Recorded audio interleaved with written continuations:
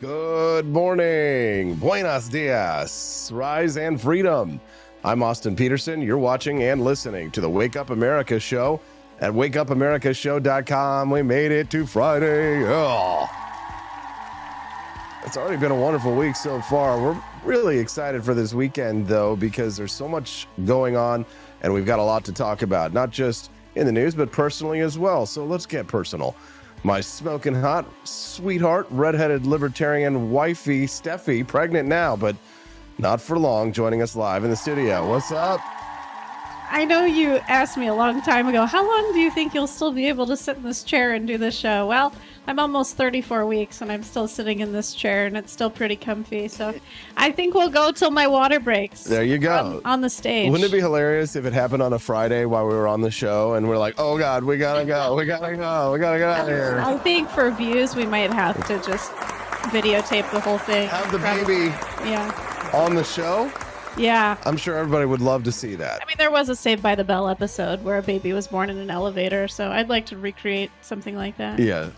We're going to have a lot of fun on the show today because not only have we got a lot of fun personal stuff to talk about, but we've got a lot of big news, the excitement, the miracle of Milei in Argentina. The president of Argentina passed his bases law finally through the Senate on Thursday. Exciting news. Viva la libertad, carajo! Viva la libertad, carajo! We've been paying attention to what's happening down south of the border, way south of the border in Argentina, 8th largest country in the world, and the economic miracle that Javier Milei's libertarian policies are having down there.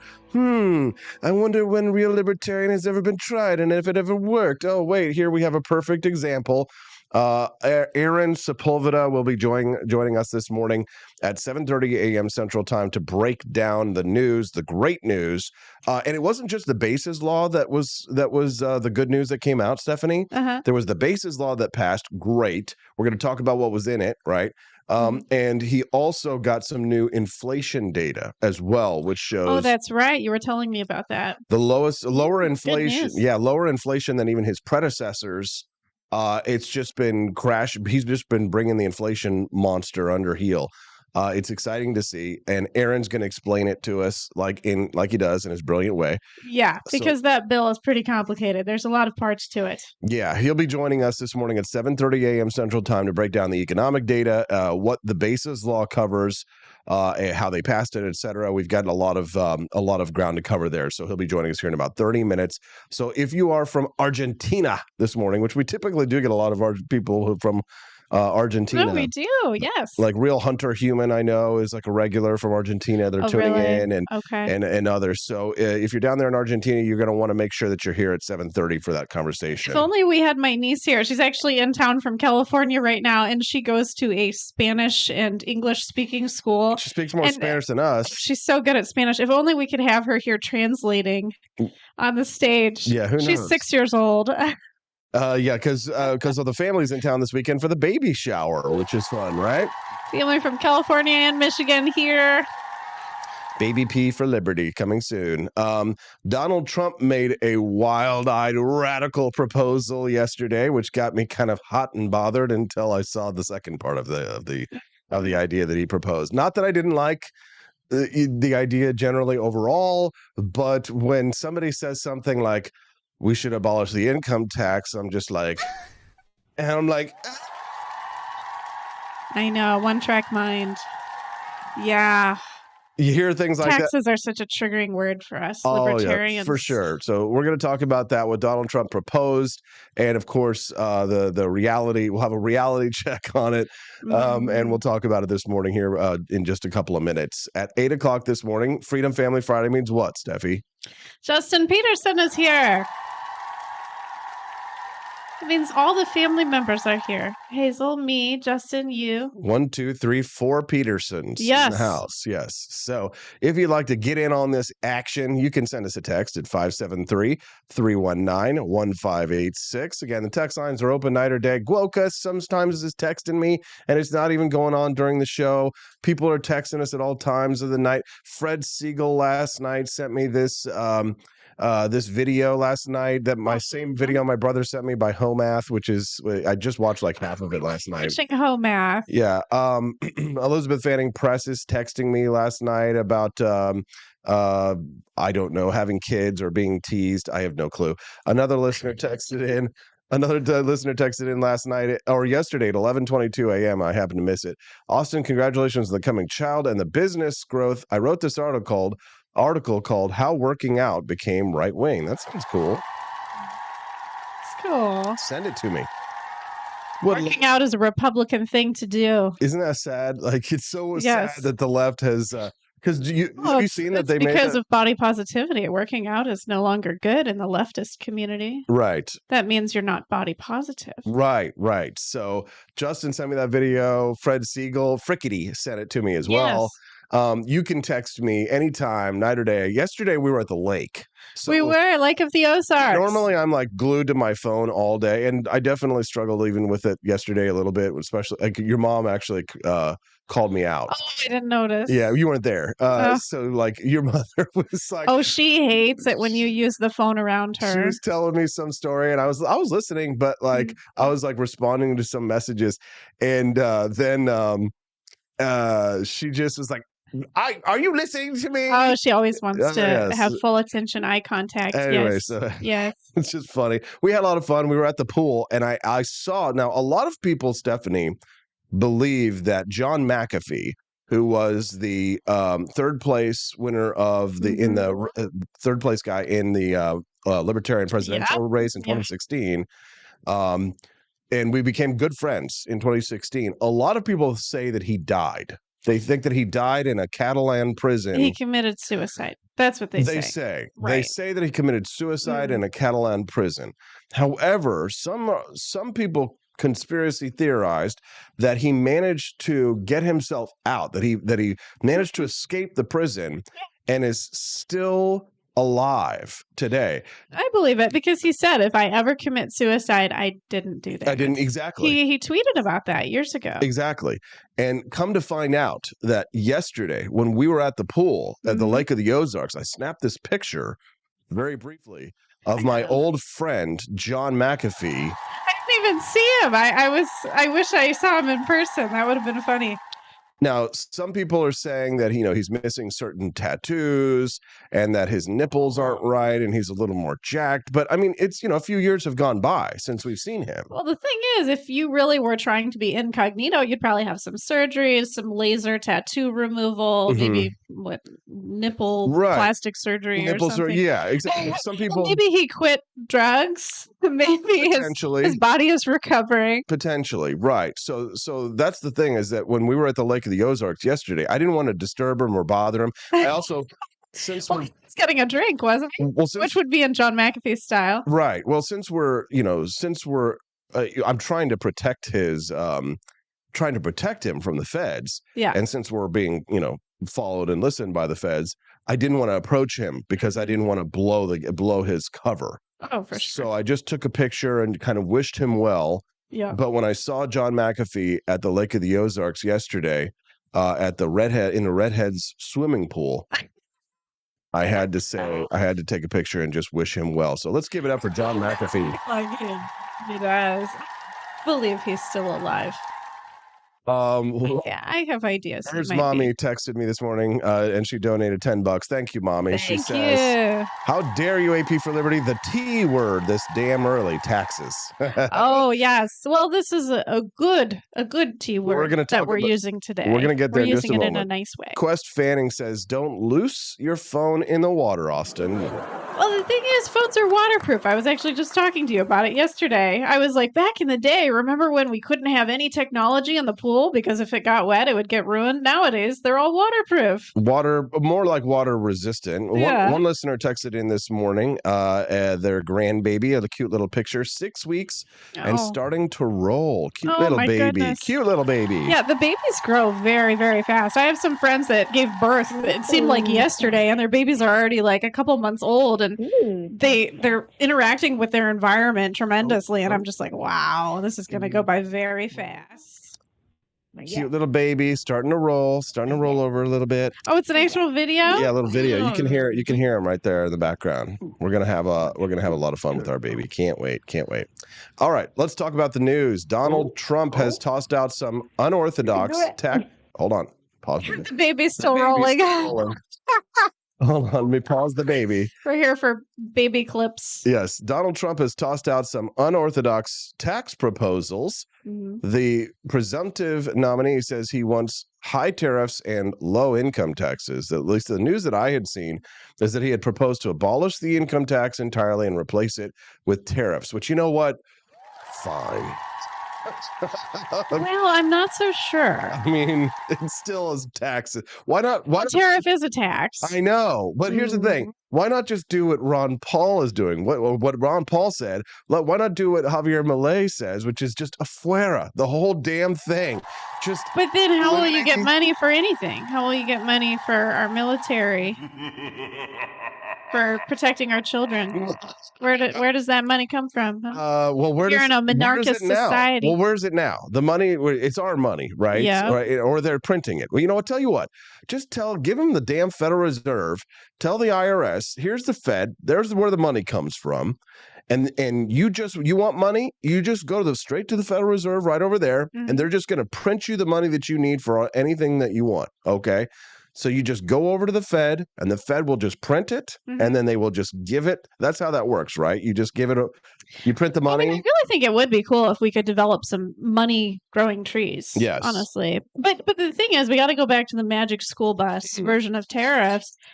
I mean, tariffs really will impact, they say, the lower and middle class people. It would destroy our economy. It would destroy us personally. Our business would fall apart. Because tariffs really, who pays those is the importing company, which is our domestic companies here in America. Right. So, let's say we import something from China. Right. From AliExpress or something, we would have to pay taxes on that. And then our prices would increase in our shop. And then they would go to the customers. It would destroy us. It would destroy our business. Yeah. So it's is that really good? No, it's not good. It's terrible. It's a terrible idea. But it's better if you could actually get rid of the income tax, and if you could cut spending, right, and you could lower the overall rates, that would probably be better. Right, it would probably be better. It would send the United States into the dark ages, because think about the price of computers and the microchips that we don't manufacture here, that we need to import from Taiwan and places like that. It would screw us over. I mean, the power to tax is the power to destroy. Right. So, I would hope that Trump would understand that ultimately the idea would be to have no taxes. And you know what the funny thing is? I've actually heard Trump say this, that the concept of tariffs, that he says if other countries would drop their tariffs on us, then he would drop his. Okay, so he's doing an eye for an eye technique. Yeah, so I think he understands. Then that to me shows that he understands it's not a good thing, right? Right. But as for how you would get money for the military or for the basic things, lotteries. Oh, that's true. Lotteries bring in. Javier Milei is doing. He did an auction. He did an auction. For citizenship, I think, he did an auction. I think. Aaron will correct us in 15 minutes. I'm you were telling me about it a few weeks back. He auctioned off, I think, and we should totally do this here. He auctioned off the right to not pay any more taxes. Yes, that's right. Which I think is brilliant. So think about it like this. You go out there and you say to all the richest people in your country, we're going to have an auction. And for all of you people who can afford it, come participate in the auction, and you can buy the right to not pay any more taxes for the rest of your life. Okay. Think about how much money that would bring in. There are a lot of people who would say, I could give the government $5 billion now and save $10 billion later. Right. If I participate in this auction to not pay taxes for the rest of my life. I mean, to me, I love that idea, but that's too libertarian for most people. They're like, make the rich pay. Boo! I don't like rich people with all their money. That's my money, and he didn't get it. He took that money, and they don't understand economics. Well, I think I would just start with moving to a Florida or a Texas where there's no state income tax. We'll start there, and then we'll try to make improvements with the federal taxes after that. Mm-hmm. Yeah. But anyways, I like how Trump is thinking. Right, it's not perfect, but I like where he's like taking his thoughts. Moving forward with the idea of getting rid of the income tax. Like, and if you just stop right there, this is great. I like this idea. We wouldn't have to pay quarterly taxes, I don't think. Yeah. Unless the state income tax also goes away. And here's the thing: you're not going to hear that from Joe Biden's camp. Right, you're not. Nobody. Well, they'd be like tax the rich. Well, they'd be like tax everybody, everywhere, at all times possible. If it moves, tax it. If it stops moving, subsidize it. Well, don't they say like, oh, but we need to help the poor people so they can lift up. So the poor people get all the good stuff, and then the rich. This idea of the noble poor is just such a myth. Joe Biden is stumbling and bumbling per usual. Oh, goodness. This video of him that emerged yesterday, where he was at, I think it was the G7 summit, where he's looking at this paratrooper. Watch what happens with Joe Biden when he wanders off and starts talking to someone who isn't there. Take a look. That's usually a sign that death is coming soon. Yeah. When you start talking to people that aren't there. He's like seeing the ghost of his grandmother. Watch this video. Watch this video. There's no sound to it. It looks like a green screen. Okay, so here he is. To be quite honest. Sees somebody off in the distance, right? So he's obviously spotted. There's a ghost. Maybe he's talking to that man who's putting his parachute together. Well, that person's down and to his right, but he's wandered off. He's wandered off into, and then they have to bring him back. I think that's the Prime Minister of Italy, Giorgia Meloni. There actually. Okay, so here they are. So they come up. Now look at him. His handler. He goes up and he's having a conversation with someone who's not there. Maybe he has an earpiece. Does he have an earpiece in from the Secret Service or someone telling him what to do? Okay, well maybe, right? Maybe. But if maybe he's having a private conversation in his earpiece. Steffi, you're too nice. Stop it. It's like when you're at Walmart or something, and they have those earpieces in and they're talking to their coworkers through them. Right. Could be. Yeah. You never know. Yeah. I'm probably pretty sure. That is weird. Did you show the video this week of him at that? It was like some sort of music concert and Kamala Harris is all dancing. And he's frozen. Yeah, and he's just like. He looked like he was stoned. Yes. Yes, you posted that. You're like when you're stoned at the party, when you're high as balls. That's or something right. like that. It was so funny. Yes. Oh my goodness. He just looks very confused all the time. Urs mommy said, someone said there's a kid you can sniff over there.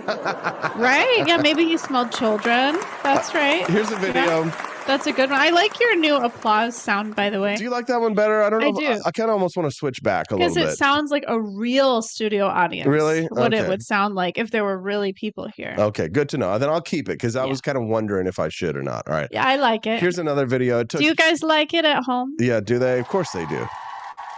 It took. Oh, that's the old one. No, that's the applause. Oh, that's the new one. Oh, okay. That's the applause, and here's the laughter. Ah, yeah. Okay.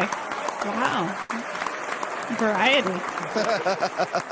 It took Joe Biden exactly 3 seconds to forget he had already shaken Schumer's hand. Watch this. Here we go. He shook Schumer's hand. And now he's looking for another handshake. Now, wait, watch this again. Here we go. He goes in for the handshake. He's like, Chuck Schumer, boom.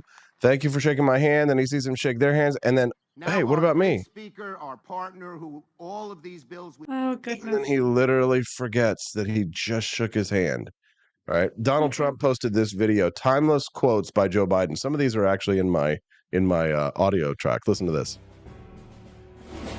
We hold these truths to be self-evident. All men and women created by you know the thing.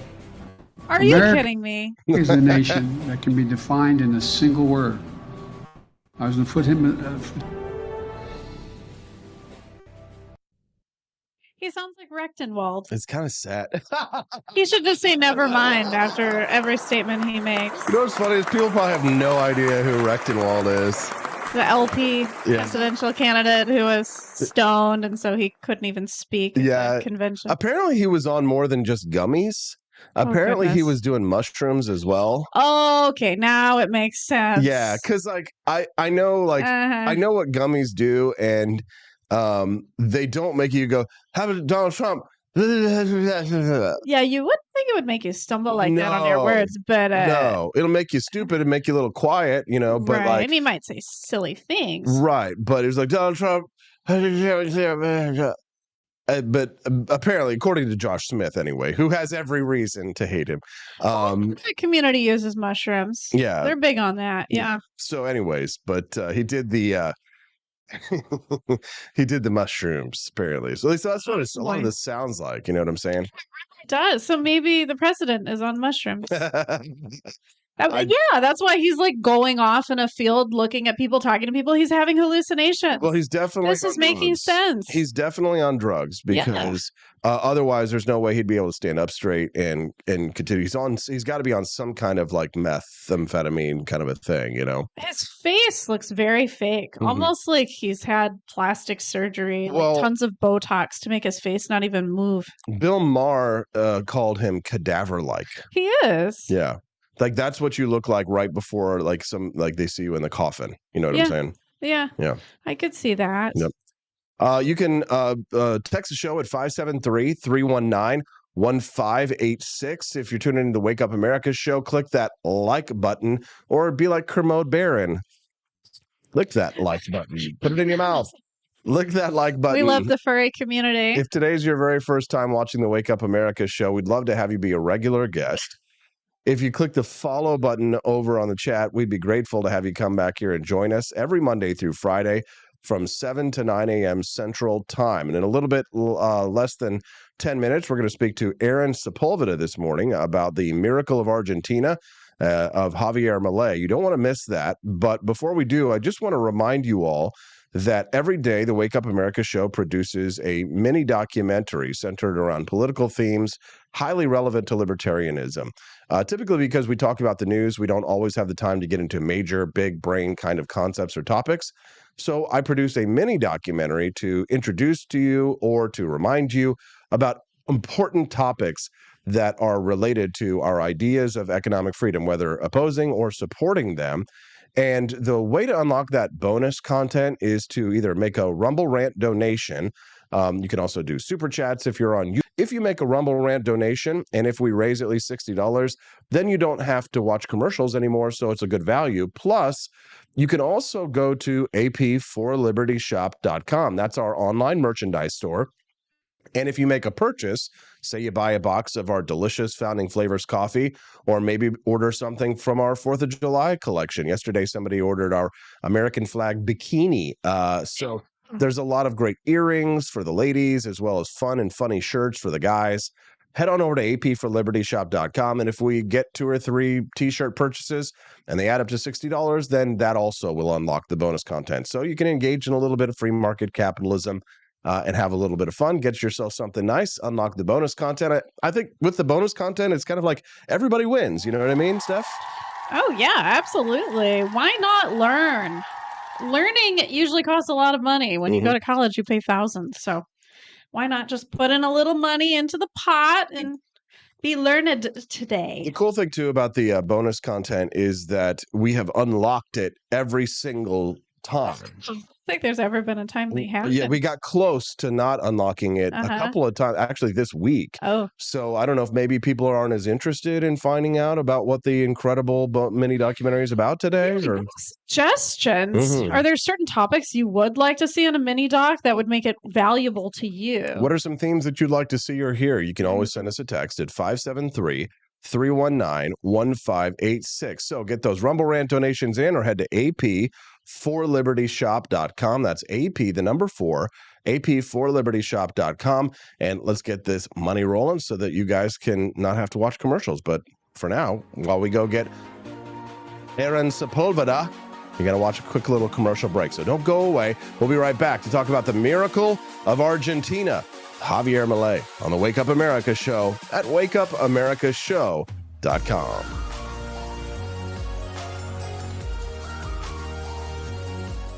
The Cantina crew, this is Elon Musk, the CEO of Twitter, And I just want to say thank you for watching the Wake Up America show. I've decided that Austin Peterson will be the new CEO of Twitter.com, effective immediately. First thing to do, though, is I've got to go. A little bit of news. Cecilia just bought a pair of shoes over at apforlibertyshop.com. Thank you, Cecilia. Yeah. So guess what? That means you get to enjoy the bonus content today. Everybody say thank you to Cecilia. We appreciate you. Thank you, Cecilia. You're amazing, Cecilia. We love you, and enjoy your shoes, and we'll be right back. Up America show bonus content completes the series of political concepts that changed the world. Today we consider the iron law of oligarchy. Welcome to our video on the iron law of oligarchy, a fascinating theory in sociology that delves into how power becomes concentrated in social organizations over time.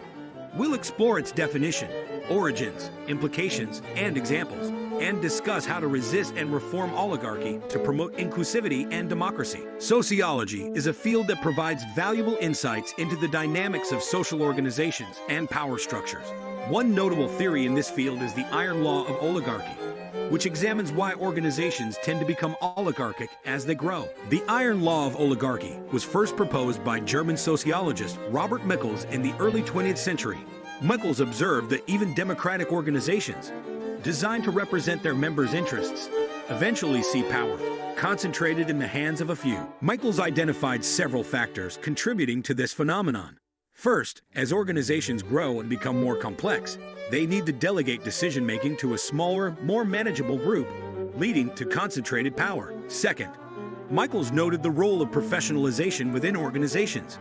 As these groups require specific skills and expertise, individuals with these qualities rise to power, creating a professional class that consolidates control. The iron law of oligarchy has significant implications for understanding social organizations and power dynamics. Michaels argued that the concentration of power is inevitable in any organization, challenging the idea that true democracy can be maintained in the long term. The theory suggests that those who hold power significantly influence an organization's decision-making and priorities, often sidelining the voices and interests of other members. Despite these challenges, Michaels believed that resistance and reform are possible. Active participation in decision-making, advocating for transparency, and promoting accountability are crucial steps members can take to challenge concentrated power. Periodic rotation of leadership positions is another strategy Michaels recommended to prevent the entrenchment of power.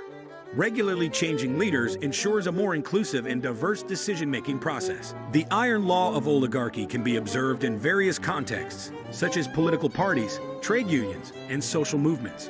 Political parties often see influential leaders shaping ideology and decisions, sidelining grassroots members.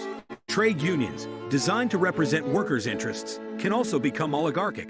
Union leaders may form close ties with management or become disconnected from members' concerns, leading to a concentration of power. Understanding the iron law of oligarchy provides valuable insights into the persistent challenge of power concentration in social organizations. It highlights the importance of active participation and vigilance in promoting true democracy and equality. By acknowledging this tendency, we can work towards more inclusive and democratic decision-making processes. Promoting transparency, accountability, and the representation of diverse voices are essential steps to counteract oligarchic tendencies. In conclusion, the iron law of oligarchy reminds us that power concentration in the hands of a few is a persistent phenomenon. However, it also underscores the importance of resistance, reform, and active participation to promote inclusivity and democracy in organizations. Thank you for watching. If you found this video insightful, please like, share, and subscribe to our channel for more content on sociology and social theories with libertarian themes. Welcome back to the Wake Up America show. I'm Austin Peterson, and thank you very much for sticking around and hanging out with us on Freedom Family Friday. I bring my smoking hot, redheaded libertarian wife, Stephanie Peterson, on the show, and here she is. Ta-da! Hello. We have to say thank you to Quantum Kitty. She made a nice little donation today and said, would give more if I could. I'm grateful for the effort you both put out into providing solid content. Thank you very much, Kitty. Thank you very much. It's nice to be recognized. It is, because, man, when we're not on the set, when we're not on the show, we are working our asses off. We are. Show, Even with the negative comments that roll in, sometimes we definitely question if people like us. It hurts, we're Yes. human beings. We're human beings. We're not Absolutely. robots. Like, we're real people on the other side of these cameras here. We spend hours and hours on these things. We do. The hustling and homemaking content Yes. Stephanie puts together, and I'm excited for you guys to see the one for next time. That one's going to be a lot of fun. Yes. My niece actually said, she's like, I watched the one about you with the bear. In the bear woods. in the Bull woods. versus bear. Who would you Yes. rather meet? And she was like, a bear would be so scary. And I'm like, oh, so you'd choose a man? And she starts giggling. We're having a lot of fun with our family here on Friday. Justin Peterson will be joining us live at 8 a.m. Central Time, so make sure you stick around. Today is the day that we always have an absolute blast. And we have our family and some people we might consider our extended family. And, I think we could probably claim Javier Milei on our taxes at some point. We talk about him enough. But my next It's helped us a lot. But my next guest says that he's no fan of taxes. He's a libertarian economist from Texas. His name is Aaron Sepulveda, is our regular guest on the show to talk about Javier Milei's Bases Law, joining us live right now. Good morning, Aaron. How are you, sir? Buenos dias. Buenos dias. Good morning, guys. We have excellent. Hello.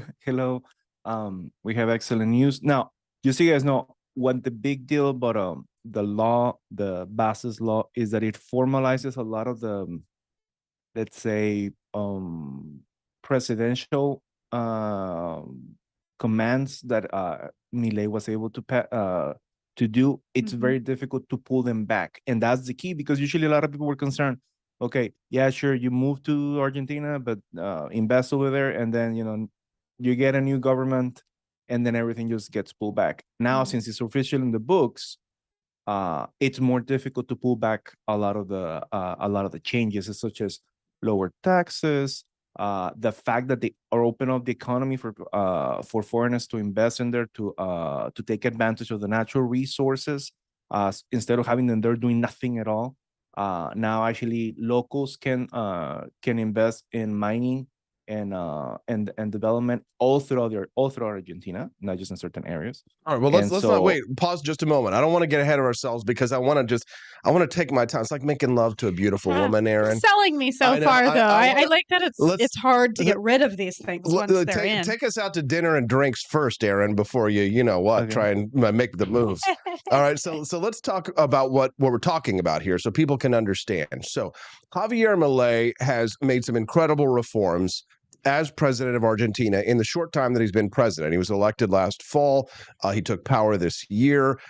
We've seen inflation coming down. We've seen him shuttering government agencies, but there's only so much power that the president of Argentina has in order to make reforms to deregulate, to give more power back to the people of Argentina, to make decisions, to allow for foreign investments. Things like that required a law to be passed through the parliament. And that's good. We want the consent of the people. But until this week, Javier Milei was not able to pass a broader deregulatory agenda until Thursday with the Bases Law. You say you were pronouncing it. It looks like an English word, basis, to me. So We all understand. Right, this is a major legislative accomplishment for him that you've already explained can't be rolled back. Now, talk us through more broadly, what does this law really do? What does it allow for, one, Javier Milei to do? What powers does it give him? And then what will it mean for the people of Argentina? It does make it easy for all of the agenda that libertarian agenda to make it more easy to be implemented. That's key.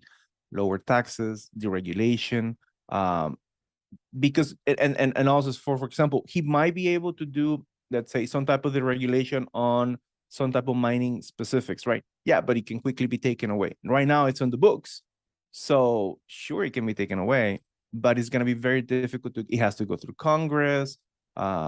Things have to change, and this is one of the cool things about it. Everyone really thought that it could not pass because it only has, out of 60-some, 70-some senators, they only have Milei of his own party. He only has 7. He went and did a coalition, and this is very important for everyone involved in politics and that likes to follow politics. You have to create coalitions with people that don't think like you. Yes. That's the only way that this could pass. If you don't like some things that got passed, and we're gonna find some stuff like, how come this happened? Sure, but because it's a cost that has to be paid. Yeah. That's what we have to. But even with only 7 senators out of 70 some, we were able to pass the broader powers to the president right now to implement the policies that he promised, and that those policies are not going to be taken away like this. That's the tricky part. Now you're actually going to have more space for lower taxes. It's easier not just to fire people, but actually to prevent all type of spending to go up. And this is very key. It's going to be an economic history. Yes, if the government spends less, inflation comes down.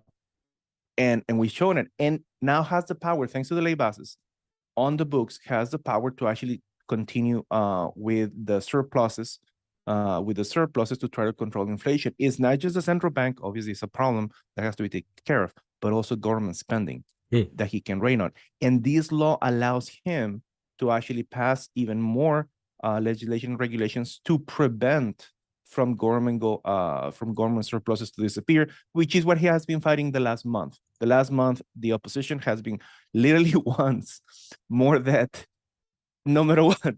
And Milei said, no, this is just has to stop. It has been, decades upon decades, and we're not going to continue. And it's not going to continue. All right, so let's go through this, Aaron. And the Wake Up America show, I like to describe it as silly shirts but serious coverage. So we're going to talk about serious issues here. But it's a libertarian show, but it's for normal people, Aaron. So let's try and keep it. And I know you're an economist, and so you've got all these incredible ideas. But let's explain it to me like I'm 5.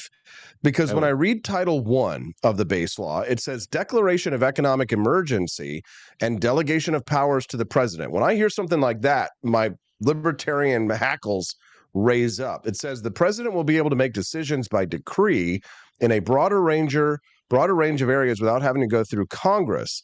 But it says they are the same extraordinary powers that all presidents have had since the return to democracy. What does that mean? Well, it means that for when there's emergency in Argentina, there's always economic emergencies. Like we used to make the joke. So for the audience to understand, when the Ukraine war started and the ruble, the Russian currency collapsed, and it got super weird because like the sale price had nothing to do with the buying price and all that kind of stuff. It was super weird, and we were making jokes like, "Oh yeah, currency devaluation, like a financial crisis." The Russians are going through that. I said, well, for Argentinians, that's a Tuesday afternoon. Like, it's just like, it's just normal. So all those emergencies, now Milei doesn't have to go through Congress to fix them quickly. Lower spending quickly. If the central bank is still up, it can actually shut down a lot of the operations to try to control inflation, expand, contract. It has that freedom that before it couldn't have. And this is the funny thing, or well, little funny and tragic, is you had to go through Congress to try to fix something quickly. You could not do it because the opposition has such a different views than you that they would just oppose it and said no. And you're like, well, this is what's going to fix the crisis. No. And that's one of, and we actually feel that there's a lot of changes in the law that it was very noticeable. They did not want them to pass because they don't want success. That's key on the other side, guys. I get it. Yeah, that's more of a process thing though, rather than a policy thing in terms of what we're looking at for the economy. What I'm seeing here in Title II, however, really has me interested, Aaron. State reform, closure of agencies. The closure of agencies and state entities is permitted by decree. Elimination of permanent staff. The figure of permanent staff in the state is eliminated. Oh my God. Allowing public employees to be fired in the same way as in the private sector. Imagine if we had this power here with teachers, right? Afuera. Right? The privatization of state companies is authorized. Afuera. This is the real meat, right? This is the good stuff, right, Aaron? There you go. When you're going to try to privatize, what was the problem? You couldn't pass it through Congress, or you had to like literally just go through hell on earth so that you could pass it through Congress. Right now,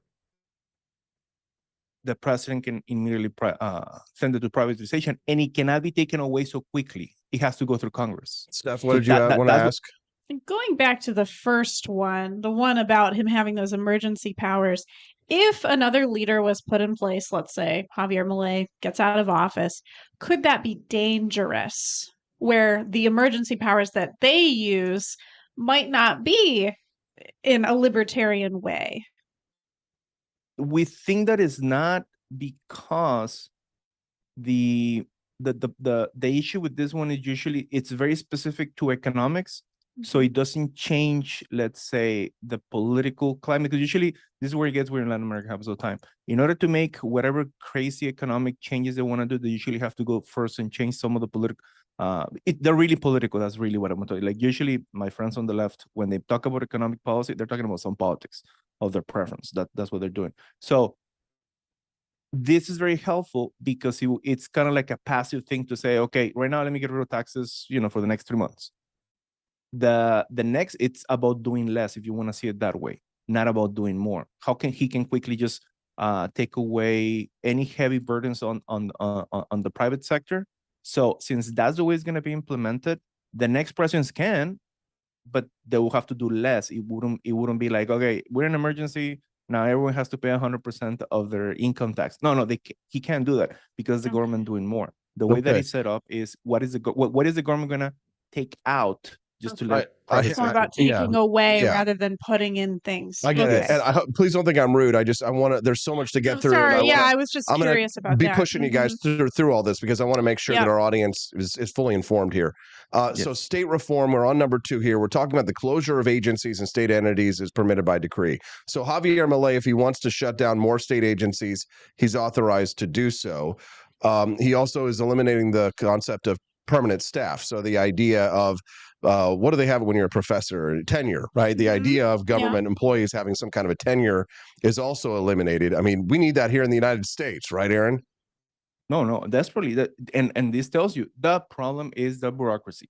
The bureaucracy is very heavy. It truly is. Every time the government spends, and usually has to do through the bureaucrats. That's how they, for the most part, how they introduce some, if not all of the new money, the government money, is through bureaucracy. But it's just an idle institution. All they do is get money for sitting down in front of a computer and go and consume, and that pushes up prices. And right now, we can see it that when you start eliminating bureaucracy, eliminating, what happens to inflation? Little by little, low, because now the bureaucrats have to go into the private sector and produce the goods and services that people need, and that controls inflation. Instead of just consuming, they're producing and consuming, and now it makes sense. And in the United States, yes, that's exactly, it's better. Everyone knows the federal bureaucracy needs to be cut off. And if you guys just look around in your own city, you perfectly know that a lot of that bureaucracy shouldn't really exist. It's not necessary.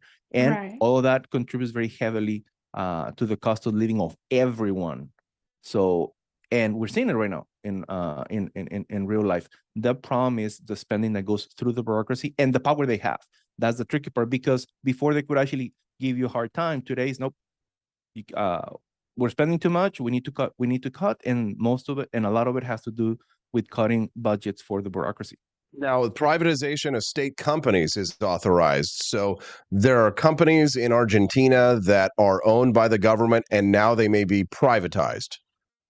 Yes, that is the key that we were looking forward. Finally, have private airline private airlines. Yeah, private, which is the big deal. That's huge. And that is super huge, guys, because the distances in South America are just gigantic. So the being able to freely travel with a lot of options and good prices, it's key for Argentina because the distances are huge. It's not the same. It's not the same impact than, let's say, even the United States, which is very large. But South America overall is just gigantic, and for things like commerce, it opens up Argentina to the entire world, where they couldn't do it before. And now they can privatize not just allow for competition, but the existing government airline. Now it can actually be privatized, and more than likely it's going to be given to the workers, because the workers know how to manage that the airline. The Okay. government airline. It's a All private, right. It's a private. Love it. Great. I'm super jealous of that. And I'm also very jealous of this next part of the law, Title V, labor modernization. Employee hiring is simplified. It creates new types of employee contracts. Entry and exit barriers in employment contracts are eliminated. Easier to hire, easier to fire. Extension of probationary periods for employees, dismissal insurance, and deregulation of the labor market. I mean, oh my God. Why can't we have this in America? Well, okay, let's put it in perspective, guys, okay? Because it's not in the United States, we have one of the most deregulated labor markets, and that's what we tend to have, whether people like it or not, very low unemployment, because relative to Europe, okay, which has all the regulations in the universe, in Europe it's more difficult. I think there was a joke, but I think it looked like it's real. In Spain, it's easier to get a divorce than to fire a worker, a bad worker. I'm not even talking about regular. Oh my. Think about how crazy it is. And then when people say, what's going on with the fertility rate? Well, now you can actually look at those laws. Okay, in Argentina it was very similar, guys. That's the key part. Remember I told you, in Argentina, almost all, you have either great ideas or terrible ideas. There's nothing in between. One of those ones is that the formal labor market was near frozen, because as soon as you get a job, you almost can never fire people. And then the unions, the workers' union, guys, for my friends that are little like left libertarians that love the idea of unions, guys, when in real life, when they don't behave well in Argentina, literally travel to Argentina, the workers' unions are a problem in Argentina, guys. A lot of them, maybe because they're not workers, maybe some of them get you get literally criminals that take over. This is not strange. And there's a bunch of videos where union workers are stabbing this. That's why this is so key, guys. I want you to understand. The Title V that eliminates a lot of barriers. It takes away power from all of the bad union bosses. That, I'm kidding you not, this is real. Sometimes, not strange, certain unions will go to business owners and say, you have to pay us money or we're going to close your business. This is completely outside of the law. I'm kidding you not, guys. And what they do, and this is in video, they go after the workers of that business and don't let them get to work on time. We know this. This is the kind of stuff that workers in Argentina and business people in Argentina had to go through it in the last 10, 15 years. This is going to stop it in its tracks completely. That's why you're going to have people complaining. It's massive. No, and I saw that there were protests. I saw that there were leftists who were out of the street banging pots and pans and initiating force and violence on the streets. Title VI of the Bases Law here, energy reform, deregulation of the energy market. Oh my God. Yay. Replacement of energy sovereignty. Exploration and exploitation, which I know is a word that makes leftists scream and poop their pants. But yes, exploiting the natural resources of your country in order to lift yourselves out of poverty. What is the point of exploration and use? Yes. Okay. Well, things that were not used before. Yeah. Well, exactly. I mean, what good is the lithium doing sitting in the ground when you're starving to death? Okay. Thank you. Right. Exploration and the hydrocarbon trade is liberalized. This sounds mucho exciting. Yes, because now it means that all of the, let's say, oil or natural gas in Argentina can be fully used properly, and its use can be maximized. That's the key. Is the amount of resources they have in Argentina are like almost endless, but they were not used by regulation because, what if this happens? What if that happens? And usually there might be a native Argentine who is part of a tribe that was there 1,000 years ago, and they took a poop once on a deck in this backyard, and now it has to be protected. That joke that you just made, it's real life in Brazil. There has been some areas that by that example you're giving, then you have to take care because wait, okay. But we need to move on, and there's natural resources. We have to be careful, obviously. Nature is important because we want to keep it. But the problem is that it's just so. This is what South America is so massive, and a large portions of them are not being used because of the heavy regulations they put. And one of the most massive countries, size-wise, happens to be Argentina after Brazil. But the point is, all of Argentina was almost completely closed from the world precisely because of those regulations that last night, was it? No, 2 days ago. It's over. We have a completely new policy, new levels of investments, new levels of economic freedom, and it's very difficult for the next government to pull it back because he has to go through Congress. Even if Milei does not win, it's very difficult to change what he's going to do in the future because he has to go through Congress, and by going through Congress, the Milei, libertarians can actually stop it, even if libertarians in Argentina happen to not win the following elections. That's what is key. There we go. We've got a few more things to get through here, Aaron. Really quickly, though, let me just remind those who might just be tuning in that you are listening and watching to the Wake Up America show, and I'm the host of the program, Austin Peterson. I'm here with my lovely redheaded wife, Stephanie, who's joining us here on the set today. We call it Freedom Family Friday, where my brother, Justin Peterson, will be joining us here in about 10 to 15 minutes from now. At the moment, we're covering the Bases Law, which was passed through the Argentine Congress this week in order to grant the Libertarian President, Javier Milei, the ability to deregulate the economy, the energy sector, the transportation sector, the labor industry, and so much more. So let's continue on this with our friend Aaron Sepulveda. He's an economist from Texas who's talking to us and explaining to us what this Bases Law truly means for the people of Argentina. So now that we can say, whenever anyone asks, where has real libertarianism ever been tried? Well, for the love of God, we can all point to Argentina. God bless Javier Milei. Let's finish this up. Yeah.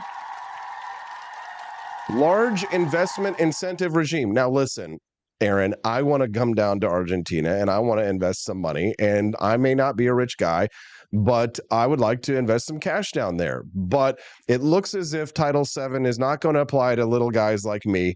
$200 million invested in order to get a tax exchange and legal benefits. So darn it, if only I was one of those super rich guys, but still a good thing for Argentina. What is this? Well, the issue is we call economies of scale. What they want, it's at one, if you're going to go invest and we need to give you incentives, well, we're going to give you incentives if all at once you bring a lot of resources. That's why, and $200 million is kind of like the level, but there'll be ways to help out with much lower amounts. We can discuss that later on. But the point is they need a lot of resources so that they can use the physical resources that are there just available for them, for Argentinians to take advantage of it. But they need the resources, foreign equipment, foreign currency, those resources are going to be able to freely flow at a very good tax advantages, and they need a lot of it. And this is the key, guys. They need to incentivize very large investments because we need them as quick as possible so that actually people can actually see as soon as possible the changes in the economy and the changes in society, so that whenever we get the re-election, I say, look, guys, in 2 years, 3 years, we have actually done something, and it's actually visible. So last couple of items on here. This one, another interesting moratorium, the elimination of retirements without contributions.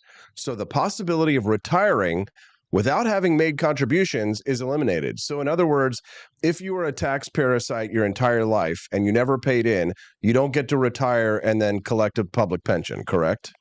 Yes, that's one of the big issues because there's a large population of the retirees that never, ever put in any money for the state retirement system, which means a lot of people today know that they don't have to chip in anything at all because they know they're going to get it no matter what. Well, so that's not okay. Not at all. And that's when people were saying, how come you're actually, because that was a big issue. And obviously I understand that. The retirees are a huge chunk, and that's where it looks weird. You're saying, well, what about one retiree? Well, one retiree is not a big deal, but retirees, a lot of them. So it's a big section of the economy, and it's a big section of the budget. If you want to keep a balanced budget, you can't just be telling everyone, guys, for the future, you don't have to put in any money. You're going to get it anyway. Now, so what if I'm like, what if I'm 90 years old and I'm living below the poverty line and I'm like, oh, What happens to people who are like actually below the poverty line, who are senior citizens, and maybe they didn't contribute? What's going to happen to them? The poor people. What about the poor people? If you're poor, we're gonna take that away. We're gonna take that issue out of the retirement problem, because it's not a it's not. If you are old and you're living under the poverty line, then this is not a retirement problem. This is a poverty problem. Okay, there will be subsidies for specifically poverty issues, and therefore it shouldn't be, because that's usually the problem that happens in Argentina. They have so many different subsidies and programs for everything that sometimes they started mixing around, and sometimes some way somehow you get poverty relief through retirement system. Like, guys, that's just completely different topics. Now we're gonna properly separate them. If you don't chip in money to the retirement over time, over time, you don't get into that. But if you're living below the poverty line, well, we're not gonna let you, die or something. So you will get those benefits. So there will be a minimal subsidy for people who are truly elderly, incapable, under the poverty line. They will be taken care of. Yeah, and even regular people that are poor. One of the things, and this was said by some people in the Argentinian media, they did notice that one of the reasons why Milei won is because he promised, and they're still thanking him, is poor people right now that live on welfare. I'm gonna try as quickly as possible. A lot of people that live on welfare right now, 2 years ago or 1 year ago, were not getting the full amount promised. They would send it to a political intermediary, and that political intermediary would decide how much to give them. Exactly right. And sometimes they would openly say, if you don't show up to these protests every week, you don't get the welfare. Takes away, Milei comes along and takes away the intermediaries. Yeah, that intermediary, it's unemployed, but it doesn't matter. And now poor people, yes, they're getting less, quote unquote, but they're getting the full amount. They're not being caught up by. There we go. That actually makes sense. And poor people are actually happy with Milei. This is what nobody in media in Argentina wants to talk about. The normal people like him. It's the cast. It's the cast that doesn't like him. Okay, so we got to hurry through this last segment here because we've got to talk about lesbians leaving California with my brother Justin Peterson. Critically important topic, but this is the last part of the Bases Law. Everybody hates smokers. In the United States, we have punished them. We forced them to go outside. We force them to pay, insanely high taxes, and we discourage them in every single way. Looks like Argentina is no different. Punishing the smokers, I see. Naughty. Yeah. Okay, guys, just okay. Here it is. Here comes the tyranny. Here comes the authoritarianism, the heavy hand of government. I'm a libertarian. Okay. But I'm okay with that. Okay. 70%. Well, maybe that was part of the compromise that they had to put in that bill. You're not a real libertarian then, Aaron. I'm not. When it comes to tobacco, I'm not trying. Like, it's just, that's the only topic I'm saying. I'm not gonna try to be libertarian. No, yeah, a little more serious. Of course, since I don't like smoking, I usually make jokes about it. But right now they're going to put a heavy tax on, which is usually the one libertarians should actually say. And usually, don't tell me that libertarians should support this tax over that tax or all that kind of stuff. Boo this, man. Instead of income tax, yes. Okay. And that's what's happening right now. Right. By imposing heavy taxes on cigarettes and things that create negative externalities. They can actually use those resources and substitute a lot of the income taxes. And guess what? This is a big issue in Latin America overall. People in the informal sector can come to the formal sector knowing that they're not going to be heavily taxed. Because that's usually a lot of the reasons why a lot of people stay in the informal sector. It's just because as soon as you become formal, right. I get it. I get it, Aaron. The only problem is, well, there was one of many problems, but one of the big problems, of course, is with the smoking tax. Increasing a smoking tax is the idea is supposed to be that it's supposed to discourage smoking, which if you want to create a revenue base, then you're creating a tax stream that you expect to get less of in the future. So and in fact, yes, and that's good. I mean, it is good, but it also And that is good. Yeah. You I see. just think that was one of those compromise topics where it was making the other side happy, and so then they were more likely to pass this bill. Surrounded by statists, compromising You authoritarians. can't have everything you They're want, not real right? libertarians. They're not real libertarians. You sometimes have to vote for the lesser of the evils. It's just true. So you're voting for Donald Trump this year, I guess. I am. Oh my yeah. God! I didn't know that she was actually going to do it. I have to compromise somewhere in order to get a little more of what I want. You're not going to vote for the guy who's going to trans the kids. All right, Aaron. That's too evil for me. We got to wrap it up. Obviously, it's a huge victory for Javier Milei, and we wish him and all the good people of Argentina great success. We know that they're going to be better off from this. There was another massive bit of good news. I saw that the inflation rate was at an all-time low, like 4.2%, which was better than even his predecessors who have been criticizing him for how he's handled inflation. He just gets more good news after more good news. Is there anything, though, critical that we may have missed, Aaron, that the good people of the United States and South America who are tuning in and around the world might need to know before we let you go? Not that I can think of it. I think we cover everything. The ley bases, it's great for Argentina. It's great for Americans when we want to start investing over there. And inflation is coming down very heavily. And wages in real terms are going up finally. And this is key because that's the key indicator that things are working. Because wages are the last ones to change. And if they're changing right now, more than likely we're in a recovery. And that means that we didn't have to wait 2 years. Not even a year like I thought. It's perfectly possible that we're in a recovery right now. It's amazing. Aaron, you love to see it. Let's get down to Argentina if we can. Thank you very much for getting... Yep. By the way, November 1st and 2nd, Bitcoin conference. We'll give you guys more details about it probably this week so that we can start making plans. Because Buenos Aires is going to be amazing in November. We're all like on pins and needles, like chewing our fingernails, whether we're going to get the invite to Argentina for November. So Stephanie Peterson, thank you very much for hanging around with us. So we're going to have Justin in 5 minutes. Aaron, we are always grateful for the generosity of your time for your sharing with us your astounding intellect. We appreciate you very much, and we look forward to having you back again. Blessings. Thank you very much. Let's give him that round of applause. Yeah. Isn't that amazing? He's so knowledgeable. Mm-hmm. You love to see it. Justin's going to join us here in just a couple of minutes. I think I'm going to try not to go to a commercial break. I just sent him... Because usually Justin appears on time always. Yeah, he's like waiting on standby, ready to go. But what I can do is, while we're kind of waiting for Justin to get into the chat, I can play the clip that we're going to be... Yep, there he is. I'm going to play the clip real quick of Jillian Michaels. Mm-hmm. She is a fitness instructor. She is she was on The Biggest Loser, the show. Yes, she is. She was. There's Justin. Okay, hold on. Someone's voice. Hold on, but the audience can't hear him yet. I want to get him on. I want to get him on the set thing. Someone's not there now. For sure. People think I'm going crazy. I'm not on mushrooms. Stephanie, just 1 second. I tell you what we're going to do. I'm just going to go to a brief little quick standby so I can get Justin on the air. Say thank you to MND Art for the $20 donation. Grateful, sir. That's a new person. Yeah, a new person. Thank you. Mind Art, first time here. Thank you for your generosity. Please introduce yourself. We'd love to make your acquaintance. I'm going to go to a very brief little standby. We'll be back in 2 shakes of a lamb's tail. Don't go away.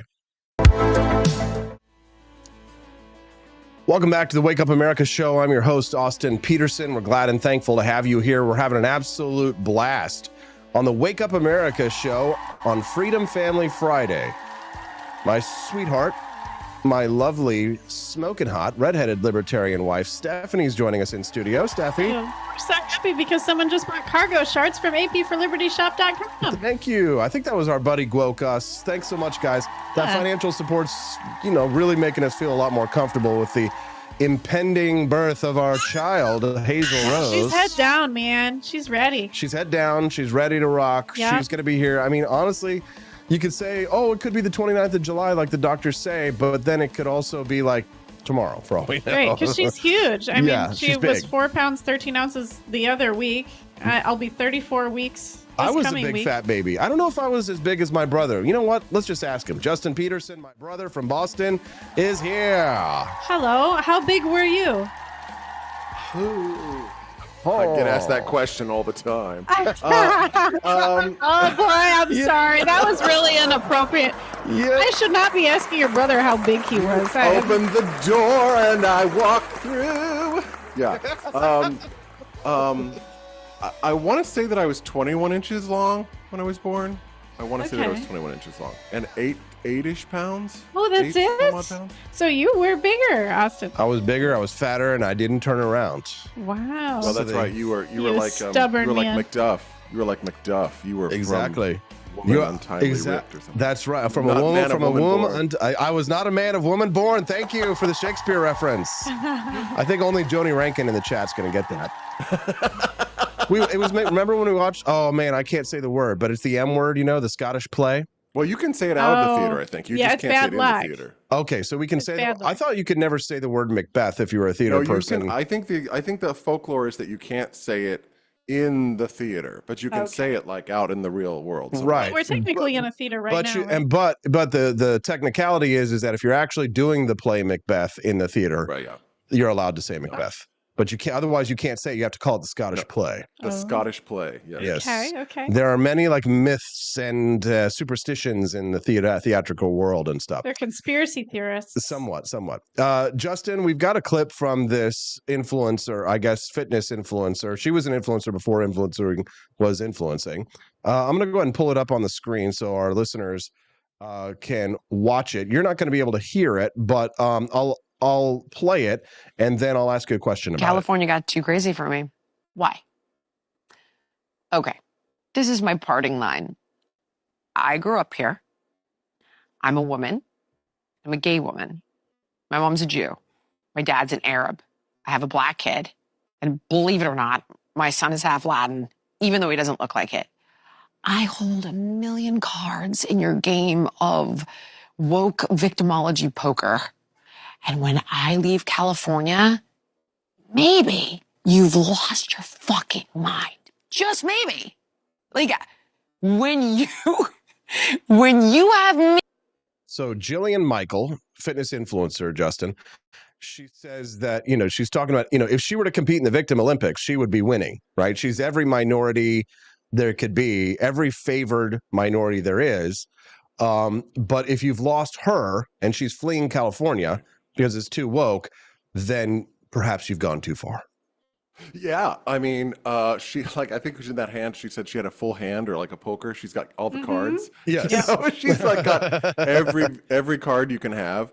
But the thing that happened to her, I think, and I don't know if this was one event of many, but her house got broken into, right? Yes. And just like yesterday or the day before, the house of Kurt Russell and Goldie Hawn got broken into for the third time. And it was broken into by a guy who got out of prison because of COVID.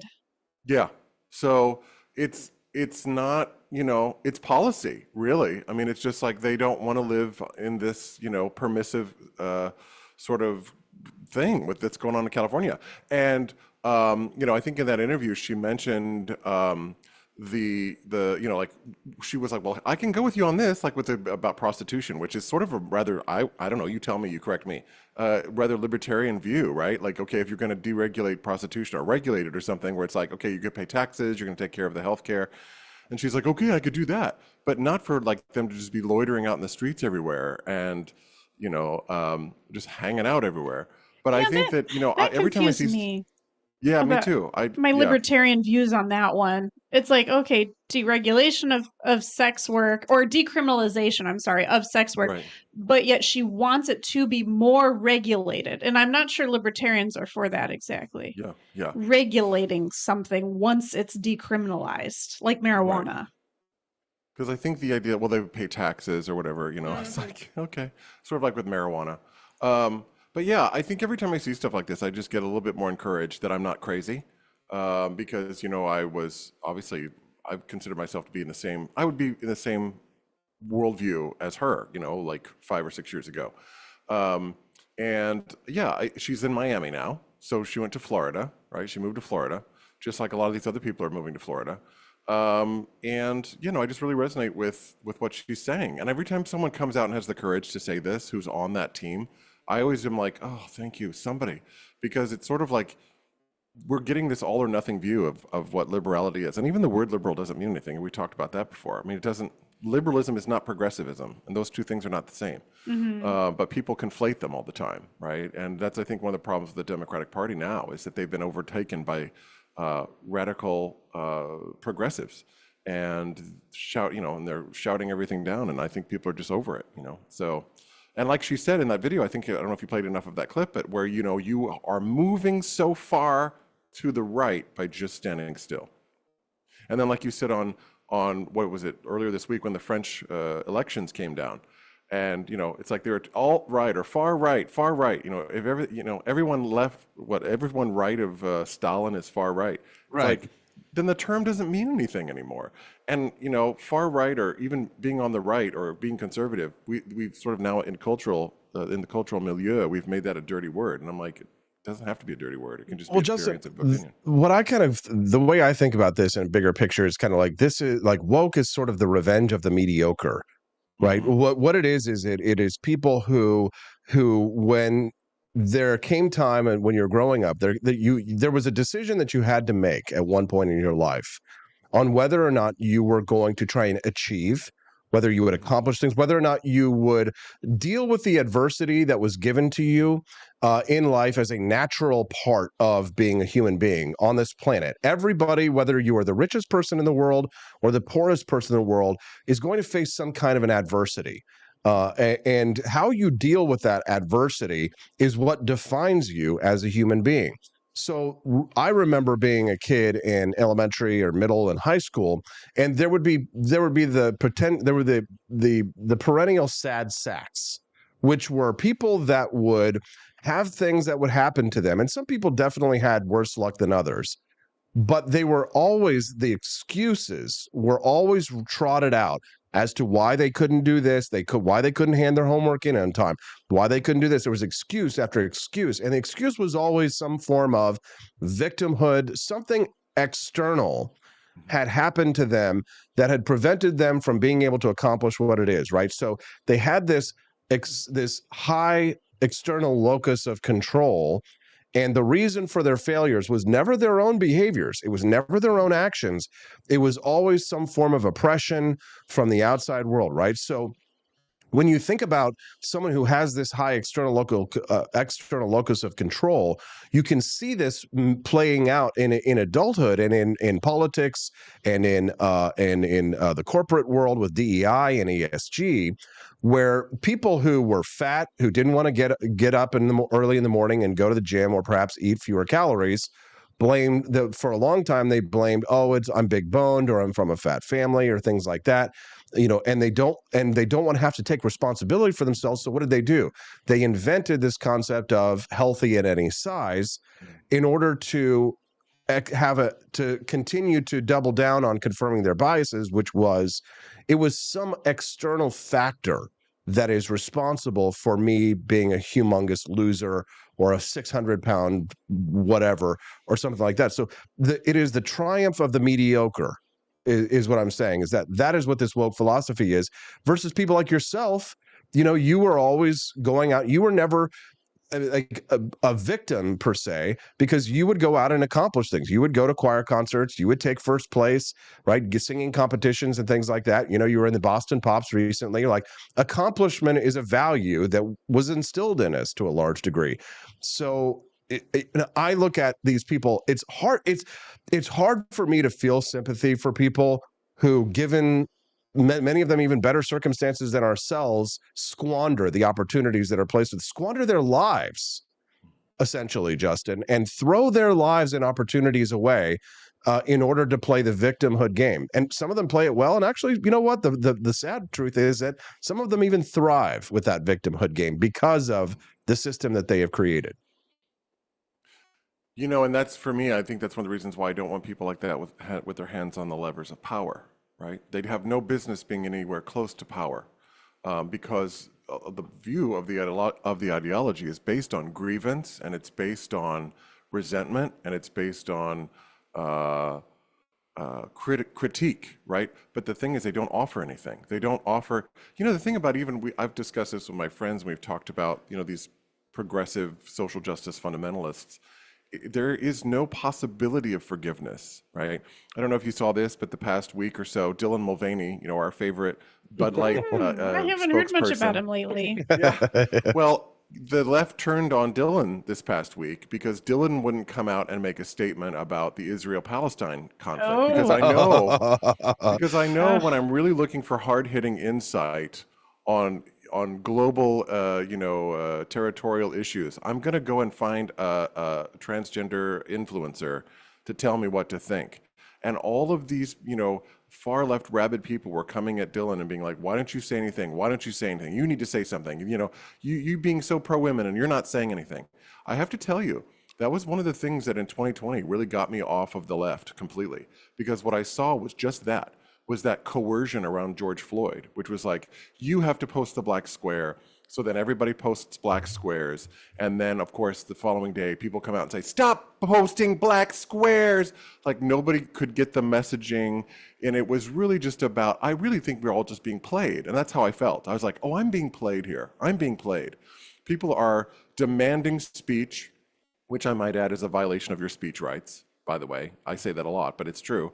You are free from coercion of your speech. You do not have to be coerced to say things you do not want to be, not want to say. And so now they're coming for Dylan. And the thing is that the goalposts are constantly being moved. You talked about the ratchet in one of your special videos that you put out about the ratchet. The ratchet only moves in one direction, kids. The ratchet only goes one way, and it's always to the left. And so when they change the rules of the game or when the goalposts get moved, everybody has to shift along with it. And if you don't shift along with it, well, then you're going to get called a name, right? Either going to call you a racist or they're going to call you a bigot or a homophobe or a transphobe because you didn't ratchet into whatever it is, the new language or the new terminology, or you didn't stand up for this cause, or you didn't say something. I come at this from a stoic view where it's like, you don't have to say anything you don't want to, right? You're free to say whatever you want or what you don't want. And it's just completely fine either way. You don't have to have an opinion on everything. That's actually what the Stoics said. The Stoics of ancient Greece said, it's okay to not have an opinion on every single thing. I'm like, preach it. That would be so nice to just say, I don't know. And for everyone to be okay with that. That was actually it's really countercultural if you think about it. It's very countercultural to say, I don't know. Well, that was my my out. So when I ran for president, I had a lot of anxiety about how I would answer questions for things that were extremely complicated or difficult things that you never know what people are going to throw at you. Right. And I remember, when I started, I was just like, you know what, here's how I'm going to handle that. I'm going to answer like this. I don't know about the answer to that, but I'm going to get back to you on that. I'm going to go look that up, and I will come back to you. And if I don't know something, I'm not going to say that I know it. I'm just going to tell you that I don't know. Now, you'd be surprised how unsatisfying people are. Actually, because like with Dylan Mulvaney, they kind of demand that you take a stand on things, even if you don't know. There's this whole culture of, everybody needs to know everything all the time at once. Everyone needs to be an expert. Right. And just say you don't know, or you get stuck in that situation. I don't know if you saw the video that I played yesterday of that lady MAGA who went to the Pride event. Yes. Oh, I was on my walk yesterday it. morning and I watched that. Yes. Good. See, Justin listens to the Wake Up America show, Steffi. I was filming my hustling and homemaking video. Can't do two I things was in at the once, kitchen. He was in the kitchen. You're pregnant with my child. You're making videos for my content. So homemaking, but not so much hustling. Right. Oh, I was hustling, baby. I had like 10 minutes to spare. I was like, I gotta go, guys. Like, I gotta finish this video. I got work. So Lady MAGA is a gay man who does not identify as a woman. Drag queen, right? Just drag queen. It's just a regular old drag queen nowadays, right? Exactly. A regular old drag queen but is a right-wing drag queen, a conservative drag queen. Yes. Shows up to the Pride rally, asks this young lady, does she support Palestine? Yes, absolutely. Says to her, hey, do you know that in Palestine it's illegal for me to be gay? She has no idea, thinks Israel's an Islamic country, is talking about all this stuff out her ass because she feels like she needs to have an opinion on all these things. And she said she lived there. That's the most shocking thing. She did a study abroad. In that video, if you go back, she talks about having done a study abroad. And I'm like, well, then you should know if you were over there or if you did a study abroad, Hello. I mean, the thing that comes to my mind over and over with stuff like this is useful idiots. And that's the whole thing with this cultish ideology. So you have hundreds of people in the periphery who are just carrying water. They're just the useful idiots who repeat the memes and they repeat the Instagram posts and they say the magical words. They don't know what the things mean. They don't know where they're sourced from. They don't know where the philosophies are that underline these ideas, where they came from. They're in a social pressure situation to do the right thing, say the right thing, be seen as a quote unquote good person, trademark, and they are literally midwits. They're midwits, and some of them are even less than that. Like that is truth right there. The thing that got me was like once this whole thing went down with my deconversion with the left, I was like, where do these ideas come from? Where are these ideas being sourced from? And once you start to pull the threads of the carpet, things start to unravel and you go, wow. And then you see how these things have been planted in philosophy for hundreds of years. These are not new ideas. These are just things that are starting to come into blossom that were planted hundreds of years ago. And it's incredible. But these people don't know that. People don't read. You know this as well as I do. People don't read. They don't read books. No. Yes, but they all have opinions and they're all lecturing us. I love getting the World War II lectures from people these days about Hiroshima, Nagasaki, and stuff like that. I'm like, I just got back from the museum and I can tell you, you're full of shit. Well, it's like you said, getting lectured to by the... What's that? That's all they literally just read headlines. That's all they do. Yeah. Well, it's like getting lectured at by the D students, right? Yes. Yeah. I can tell that a lot of people who got into politics recently have just for the first time in their adult life started cracking a few history books. But I don't think they're actually cracking history books. I think what they're doing is they're watching a lot of like Nazi YouTube videos. And they're like, oh, the good guys were actually the Germans. Hitler was just trying to protect his people, and if only he hadn't invaded other countries, he would have been just fine. And you know, the whole Candace Owens retardation that people are all on. But I think they gain that sort of sense of, here's the thing, then those conspiracy theories give people a sense of superiority to other people. Yes, right? Yes. Like, I know I have secret knowledge. I've got the inside knowledge. Yeah, exactly. Yes. Did you know that the Allies? Did you know that the Allies bombed Dresden and it was a horrible war crime committed by Winston Churchill and FDR? We're like, yeah, we learned about Dresden actually in 11th grade. If you paid attention to Mr. Simon's history class, it was right there on his yellow notepad, but you weren't paying attention to history class. Well, I know. Yeah, and it's the same thing with these 20-year-olds who are simping for Osama bin Laden. Yes. Like they weren't alive during 9/11, and now they're like, oh my God, everything Osama said about our country was like right on. And I'm like, yeah, he also hated the gays. Yeah, no, yes, it's like these gays for Gaza, right? They're like, did you know that I can't be gay in Palestine, or they would throw me off a building? Like, they have no idea. No idea. No idea. Joni Rankin here with the Billy Shakespeare quote. She says, "Life's but a walking shadow, a poor player that struts and frets his hour upon the stage, and then is heard no more. It is a tale told by an idiot, full of sound and fury, signifying nothing." Thank you, Joni. She's so smart. Yes, well, she's our fellow theater She's read geek. some books. She's read a book or two. Yes. Congratulations. Yes. Thank you, Joni Rankin, for the donation, too, by the way. We appreciate that. Yes. So we're being ruled by morons. And this is why I say the price of not getting involved in politics is being ruled by your inferiors. True. Well, they call it kakistocracy. That's the name for it. Kakistocracy. Yeah. Ruled by Interesting. Yeah.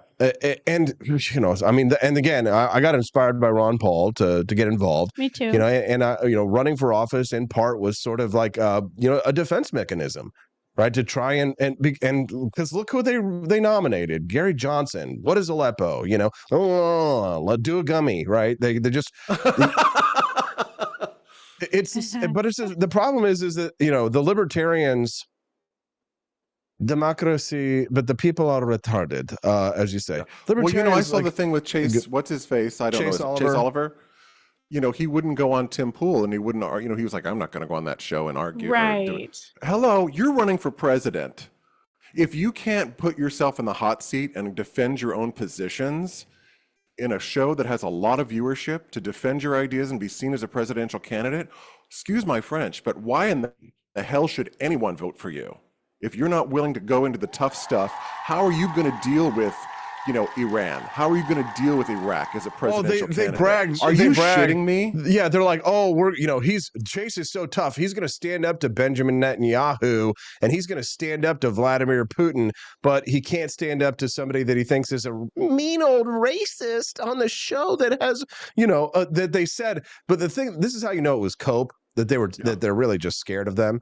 It's cope because they were saying that Tim Pool is irrelevant, and then pointing to some leftist study that said that Republicans don't know who he is. I'm sorry, but people know who Tim Pool is, and if he was on that show, he would have a humongous audience, right? Because listen, CBS News, ABC News, they're not dying to interview him. The libertarians are irrelevant this year compared to Robert F. Kennedy Jr. No one gives a shit. I had a really good thought. And now I have to figure out what it is. Here's the thing. Yes, and I remember what it is.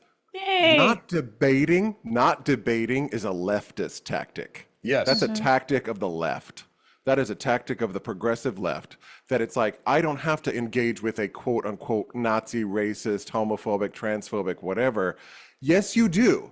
And you know why you do? Because your policies and ideologies are the ones that want to drive the country and the culture right now. So if you want to drive the culture, you need to have the ability to debate your ideas and put your ideas up to scrutiny.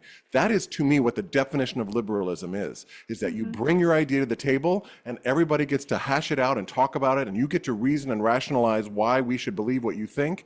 And if logic and rationality are if people are swayed, there you go. But you don't get to just not engage with your ideas. People that do not debate, in my opinion, are weak. And why would I want a weak candidate for president who can't debate? Bye. There's something about society, though. Like, you see this in terms of leadership in working places. Like, a lot of the managers, they just talk in circles. They, dance around the bush. They just don't give you straight answers. And those are the people that rise to the top. We as a society, we choose that. And I don't know why, but we do. You know why? Because people are in one hand they're enamored with celebrity, but on another hand they like the idea of someone who's not more intelligent than they are. People hate nerds.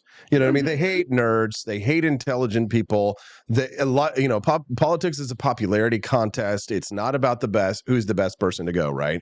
Right. So like you have this weird duality where people they want to feel like the person that they're electing is kind of like just like them, right? To some extent, but also sort of removed from them. They like the idea that the person is like a celebrity in some sense. So if they're you can still kind of very bold, even though they're not really presenting any concepts of meaning. Well, and this is why I'm only a populist in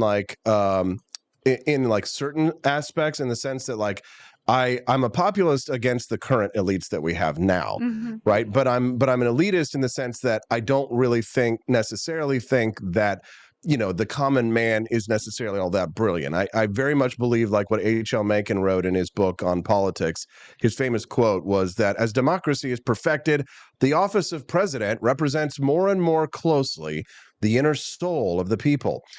He continued on and said, on some great and glorious day, the plain folks of the land will reach their heart's desire at last, and the White House will be adorned by a downright moron. Well, we were just talking about recently, we were saying, where are all these inventors of the past, the Ben Franklins? Where are they in today's society? We were talking about that. We were, and we're like, do they still exist? And I really think they do still exist. They're just taking a step back and they're not in the spotlight. Justin, there's the question for you. So Stephanie and I were talking about that last week. It's like hindsight is obviously 2020. It's a lot easier to look back in the 19th and 20th centuries and say, okay, these were the great men of society accomplishing incredible things. They had high IQs. You can read all those things. But in our modern society, maybe it's because we're so distracted by, different types of news. Obviously, you could point to Elon Musk and things like that. But I mean, in terms of great statesmen, who would we look back on today and say, who are the great men of this society that exists now? Can anyone? Because I mean, I'm desperate for a few brain cells. I'm thirsty and there's nothing to drink. I mean, obviously you can pick your favorite player. You know what I mean? It's like everybody would pick their, I mean, you might pick Ron Paul, or you might pick, who knows? Rand Kennedy. Paul, Thomas I had no Massey, idea. those But people. they don't. But they sure as hell don't. But listen, I mean, when you're reading Thomas Paine, when you're reading like the great men of like But was he the a of the statesman? 18th. Was he a statesman, Thomas Paine? Paine, more of a revolutionary Okay, figure, yeah. right? So, like, I guess he was never like in the government, if you will. But I mean, Jefferson, if you will. It's like when you you detect the intellect. It's like there was this humongous. Maybe it was because the intelligent or like knowledge was something you really actually had to work for back then, Yes. rather than the sort of like cookie cutter education system that we have now, which sort of like forces a base standard of learning on people and then says get out there and figure out the rest for yourself. Well, and let's not mince the history here. The fact that when the founders were putting all those things together, they didn't really like their fellow countrymen. They saw us all as drunks and laggards and lazy and shiftless. Prostitutes, whoremongers. I Yeah. mean, they were like they were the well-read. They were the the elite, and looking down on the rest of us like how the hell are we going to govern these crazy idiots? I think the problem it's too true. is we romanticize these people from the past. Sure. If we saw them in Right. today's society, we probably wouldn't think that great of these people. Well, maybe this iconic comedian JB Smoove is someone that we'll look back on and we'll say that they were the brilliant person of society. I'm pulling up the video on the screen right now. Take a listen to JB Smoove on The View. What to happen is comedy and stand-up to be underground. And we don't want comedy prohibition. We don't want something like that to happen. We want our voices to be heard. We want that extension of the real world to be able to be broadcasted to you by a comedian, But which takes the edge off everything in life. Do you think, Jamie, do you think that the wokeism, as so-called, is killing comedy? It's going. It can be very, very discouraging. Now, here's what you got to be careful of. You're watching a stand-up special. You're in the audience. You're laughing. You're having a great time. The camera goes on the audience all the time. What if there's some edgy material on stage and you're laughing your butt off, and your boss is watching it by chance, just turn the channels and see you? This guy's the best. But it was edgy and it was something that's controversial. Do you get fired the next day? Yeah. If your boss sees you laughing at that? No, maybe not. Can you say, I saw you laughing at something that I found to be unpleasant? No, that would be really That'd be horrible, but what if it turns into that? There we go. That'd be horrible. What if it turns into that? Real quick, thank you, Andy Opperman. He says that Thomas Sowell would probably be one of the great minds of today. Thank you for the donation, Andy. Go ahead, Stephanie. Your reaction to that JB Smoove on The View video. Oh, I had a thought. And then when you said that, I was like, oh my gosh. Got to be grateful. Yes, well, I was thinking about earlier. We were just watching this 80s movie. It was a horror, sexy film. The Toxic Avenger. She had never seen it. Movies from the past were just so inappropriate. And I don't know if they would be handled today by society. Literally one of my top favorite terrible movies of all time. It is one of my heart's favorite films. I love The Toxic Avenger. Yeah. It's like it's making fun of blind people openly in today's society. If we made fun of blind people, that would be very discouraged. But you just have to go back and watch those movies to go, wow, we are not living in that world anymore. No. And so I do see a world where you would be judged on what you find to be funny on social media. If your workplace finds your Facebook or your Twitter, they definitely judge you on that, on the content that you share. Yeah. I think the thing, though, about laughing is that it's a spontaneous reflex. It's a reflex thing, right? I mean, think about laughing in church. You don't want to laugh in church, right? You're like, but you get tickled and you're like, you can't stop. Now, I got to say, of all the things in the world, I love me some wine, but I think laughing is like my most top favorite thing in the entire world. I mean, I'll put that up there with music any day. Laughing to me is like, it's my favorite thing. Like when you really just get the giggles and you just you can't stop laughing and you just are losing your mind laughing. it to me is like the most wonderful thing in the world. I love laughter. And what I also love about laughter is that laughter is contagious, right? So like people will start laughing and they don't know why they're laughing, that someone else is laughing. And it's like, why are we laughing? I don't know. This guy's laughing and it's so funny that he's laughing. Maybe that's what scares the left. They're afraid of people feeling joy. Well, it's that laughter gets to truth. Laughter gets to what's right. And in Often totalitarianism... And it can be often at people's expense, especially sometimes at people in power. Right. And totalitarians don't like laughter because totalitarianism is about lying to each other. And so when we all lie to each other and we're all living by a lie, when someone laughs and that's a truthful reaction, that breaks the spell of the lie. See, it breaks the spell. So you and can't it's not the have any of Kamala that. Harris laugh. You know what all those politician women sound like. Well, laughter can also be a weapon, right? So it's like when, especially if you're being attacked, right? If someone wants to bully you, right? If you laugh at them, if you start laughing at them, it's that like other people around might start laughing too. Right. And that like makes them feel small and like shrinks them. There, it's laughter is a powerful weapon. Yes. You rob someone of their power over you. You rob them. And mockery is important. Things should be mocked. Yes, Things exactly. should be able to be mocked. Ideas and people and all of that should be, nothing is up. That's why I love South Park, because everybody gets an equal time under the light and gets to be mocked. And I'm like, good. And, if you recall back into the, monarchical days, everybody had a court jester, and he was the only one that could say things to the king that none of the other courtiers would even dare to say. And he was able to vent all kinds of political intrigue and mockery, and it was approved of because they knew that the king was like, I needed that. He needed somebody who could speak truth. He needed somebody in the court that wouldn't be fawning over him to like, trying to get, favors and things. So the jester was the one who could, rib everybody in the court, and it was socially approved of. When you lose that, you lose, again, I think, a powerful corrective in your society for bad ideas. I love comedy. Like, I've gone to stand-up shows, and I remember in the 2000s, I'd go and these comics were like raunchy and everything would be, up for grabs. And it was the shock factor too. They're like, oh, you are touching the red line. You're not supposed to touch that red line. You're not supposed to say that, like Robin Williams even had a lot of like nasty jokes in his stand up and stuff. But Eddie Murphy. Eddie Murphy.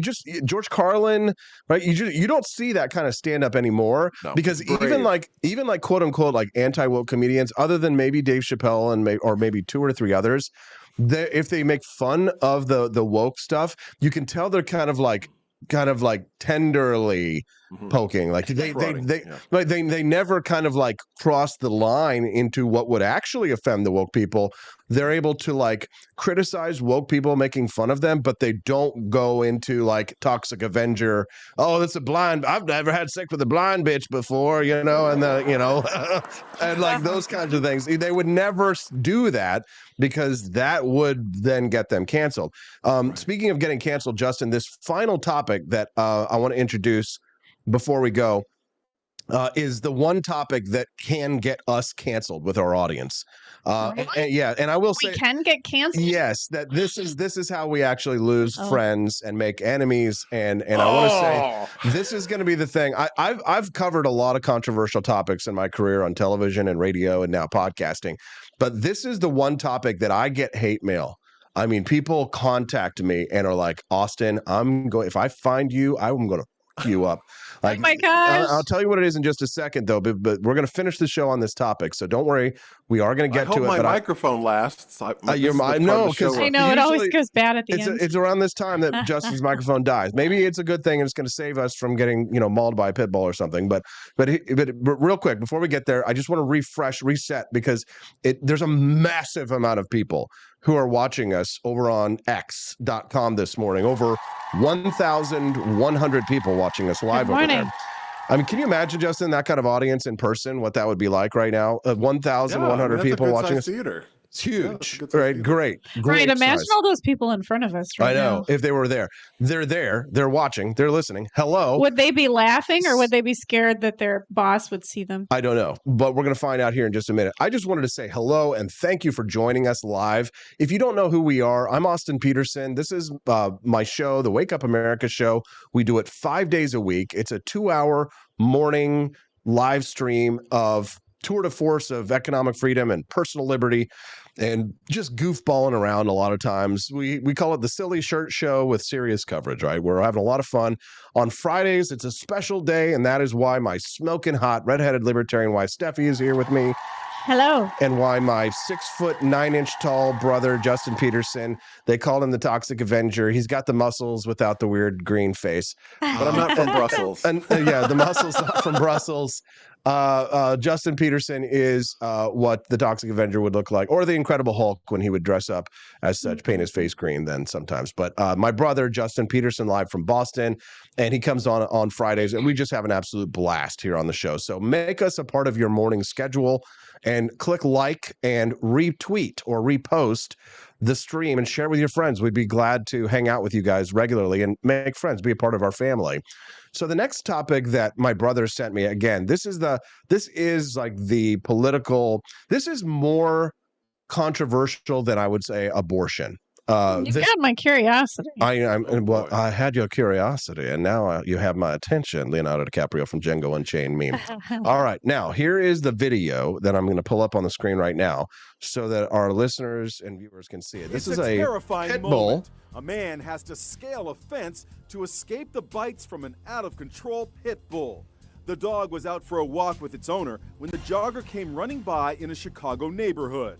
That's when the pit bull actually broke free from its muzzle and went on the attack. The jogger fended off the dog as it repeatedly lunged at him. The owner did what she could but was unable to control her pet. That's when the jogger, named Nick, realized he had to get out of there fast. So he climbed the fence. He sits perched on top, catching his breath before hopping down on the other side to call police. So this is where Nick jumped the fence right here. So there it is. That's the inside edition. He survived? Yeah, so he climbed the fence and hopped over to the other side before calling the police. You have this 110-pound woman who is with a 175-pound dog, a pit bull, and it sees him jogging by, decides to attack him. She can't hold it. It breaks free. She can't restrain it, attacks him. The owner can't control it. Justin, your take on this, your reaction?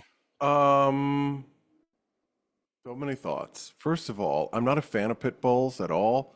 And I love the memes that you put up about pit bulls because I always laugh at those memes. Yep. Like where there's like a house on fire and the kid and the pit bull goes into the house to, bite one more kid. I don't know what that was one of my favorite. Oh, we're laughing. We're laughing. This heroic pit bull goes into the ocean where children from a boat that went down to bite one of the children. Yes. To bite one more kid. I'm just going to say it. And I reap the whirlwind, I suppose, but I'm not a fan of the breed. I think that the people that that manage the breed, I think you have to be a high expertise level to deal with that breed. You can't, it's like that breed is bred for death. It's all it is. And sorry. Well, it's the nature of nurture debate, right? So a pointer, what does a pointer do? Right? A retriever, what does a retriever do?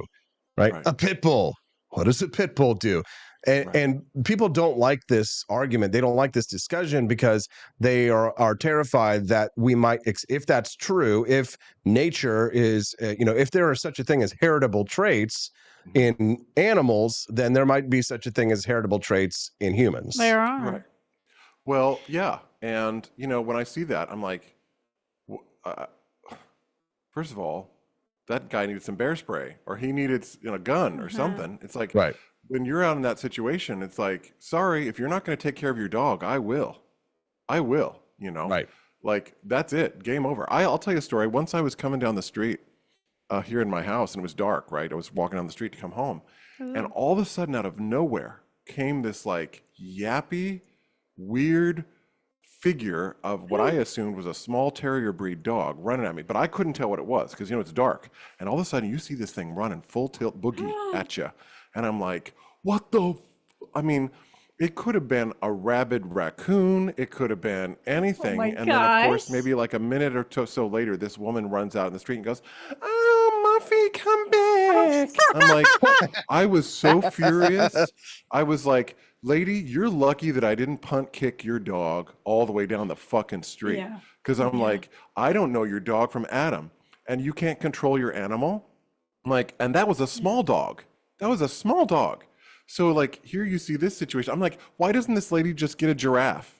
Like just get a giraffe and walk a giraffe down the street on a silver ribbon and just be like, oh, it's just my giraffe. He's just gonna like, you know, do whatever. I mean, if you have an animal you can't control, that you have no business walking that animal around in the public. Period. Well, Austin, you and I have some personal experiences as well with scary pit bulls. That's why I actually carry a stun gun every time we go outside with our dogs. Because one time, we had a pit bull, a German Shepherd, and some other like terrier mix or something running towards us as we were walking our Frenchies, Kelvin and George, in the next door neighborhood. And they literally just started coming at us from out of nowhere. And so I was running with the dogs, and Austin was like warding off these animals that were running at us.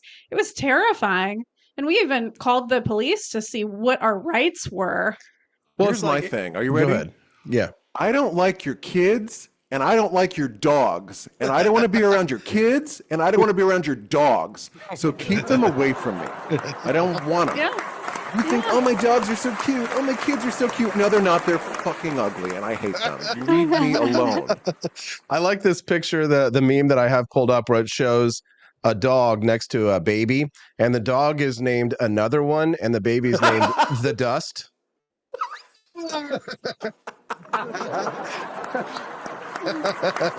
Just like if you have a 50-acre yard ranch house that you live on, and you want to have all the pit bulls that you can have, via con Dios. Right. Just keep them within a fence. But the thing is, in our neighborhood, the dogs jump over the fences. That's what the police told us. They don't protect. They don't they just run the community. Right. An irresponsible owner and a dangerous breed is a deadly combination. Right? It's a deadly. I never hear about Chihuahuas consuming human beings. That's what people, they'll always say. They'll be like, any dog can bite. Chihuahuas are way more aggressive than pit bulls. And it's like, are you retarded? Right? Like, what are you trying? Like, what are you trying to say? That like we should be afraid of as Chihuahuas as much as we are pit bulls? I mean, right? Like, urinal that's the dumbest argument I've ever heard. Urinal cakes aren't cakes. Urine cakes aren't cakes. Okay. Yes. Yeah. That's actually why Kelvin has mental problems about other dogs, is because he was at the dog park and this woman, she was not handling her pit bull, and she was just letting it run wild, and it was attacking Kelvin, and she didn't even care. Yes. Here's the thing: when a pit bull owner lies about their dog, that's when it makes me trust them even less. Right. So when they're lying with it, if a pit bull owner is like, yes, my dog has a little bit more aggression and the ability to do more damage to someone if they were to attack it, which is why I'm a big man and I can hold the dog, and I have countermeasures to his aggression, meaning I have not only one of those collars that is a pinch collar to stop him from attacking if he becomes aggressive, but I have the potential to initiate a mace spray if I need to stop him, because I care about other people's safety and security, because I'm taking a risk with someone else's safety and security when I go for a walk. Now, again, if you're a 120-pound woman, you're probably scared because you're living and walk in Chicago all the time, and you feel like you need a dog, but you need to have a dog that is actually somewhat proportional, that you can actually bring under control and have countermeasures, right? If you feel like you need the dog, then you need to be able to ensure that the dog isn't going to bite, especially because, listen, you're not stupid, all right? I mean, you may be really dumb, but most people know that, if my dog gets off the leash and he could bite someone, a dog will display that kind of behavior. Right. So like the woman in this video that we pulled up here, like it's obvious, like she knows that her dog displays these tendencies. This isn't the first time she's taken her dog for a walk. Also, she knows. We noticed that like the woman doesn't have the dog on a harness. One of the best Right. things you can do on a dog like that to control it is to put it on a very strong harness so that when you pull the dog, its front feet come off of the ground, right? But if you've got some like, Julie collar that says princess on it, that's not going to do anything for anybody. Right. It's good stuff. Justin, we've got one last video to play here. It's 1 minute long. We're going to end on a happy note. This is Japanese kids doing their assignment. Here we are. These kids are coming. Excuse me. What's up? Excuse me. Elementary school students. Okay. We study English now. May Cool. I interview you? Yeah, sure. Thank you very much. We ask 3 questions. Okay. What's your name? Coleman. Did I spell that? How do you spell it? Where are you from? America? United States? America. Ever been there? You been there? I from Shiga. Oh, okay. Japanese. What Japanese food do you like? This one. Thank you very much. That's it. Sign please. Okay. Nice to meet you guys. This is thank you gift. Oh, cool. Is that crane? What did they give? Oh, okay. Cool. What is this? A dragon. Give him a little origami there. Isn't that cute? So sweet. I love that. And you could really tell where like their English ended, because he would ask them. That used to happen to me at Disney World when I would talk to Japanese people. They would come up and they would say, Sprite 1, sandwich 1, 2. They would give me like the number, and then I'd say, is that everything? And they'd go, like they didn't know what that was. They just had learned the script. Yeah, like kopo storo wa, like they could only give you the name and the number, and if I say it, is that everything? So I finally went and I researched, and I figured out how to say is that everything in Japanese, which is ijo desu ka? Ijo desu ka? Is that everything? Ijo desu ka? I'm like, is that all of it? And they go, hi, ijo desu. Ijo desu. Yeah, we had one phrase that you can use kind of as a catch-all for everything when you're in Japan. So like if you kind of like can't quite understand like what somebody's saying or somebody approached you, do you remember what it is, Steph? Oh gosh, it like means okay. Everything it means that everything's okay. It's not a kudasai. No, not kudasai. Okay, it's daijobu desu. Daijobu desu. Yes. Daijobu desu. So if you can't understand somebody or somebody on the street is like talking to you or something like that, or you're just like daijobu desu, or like if you're like leave something daijobu desu. It's okay. Everything's okay. So daijobu desu. But we were so just blown away with our trip to Japan last year, and it had such a humongous impact on our life because it was fascinating to see a first world culture, a civilization that has solved many of the problems that our Western society is struggling with in terms of cleanliness, right? But it has a lot to do with their personal responsibility culture. Like it's not because the government is cleaning up the streets, it's because their children have to clean their elementary schools. Like the kids after the class is done are mopping the floors in their own schools. They take very seriously things like hygiene and cleanliness and orderliness that here in the West we just don't share those same values. It has a lot to do with them being a homogenous society, but nevertheless, Well, yeah, it's an honor culture. It's a culture on honor, and it's also a culture that teaches you that your impact has an effect on other human beings. Right? Like when you get a bad grade, you don't just bring shame on yourself, you bring it on your family, right? Like there's a cultural, honor code. I mean, that's what the old samurais, when they do the harikiri, or whatever. It's like, you get a letter and be like, you should do this for your family, and then they go and they would, do seppuku, I think is the name for it, right? Yep. Seppuku is the Japanese term for it. Yeah, and they would disembowel themselves, and that's actually one of the operas that I adore, Madame Butterfly. That's how it ends, Her American lover leaves her, and she has no honor anymore. She realizes her honor is lost, and so she offs herself. Yeah. I really respect people from other countries because they actually try to speak English.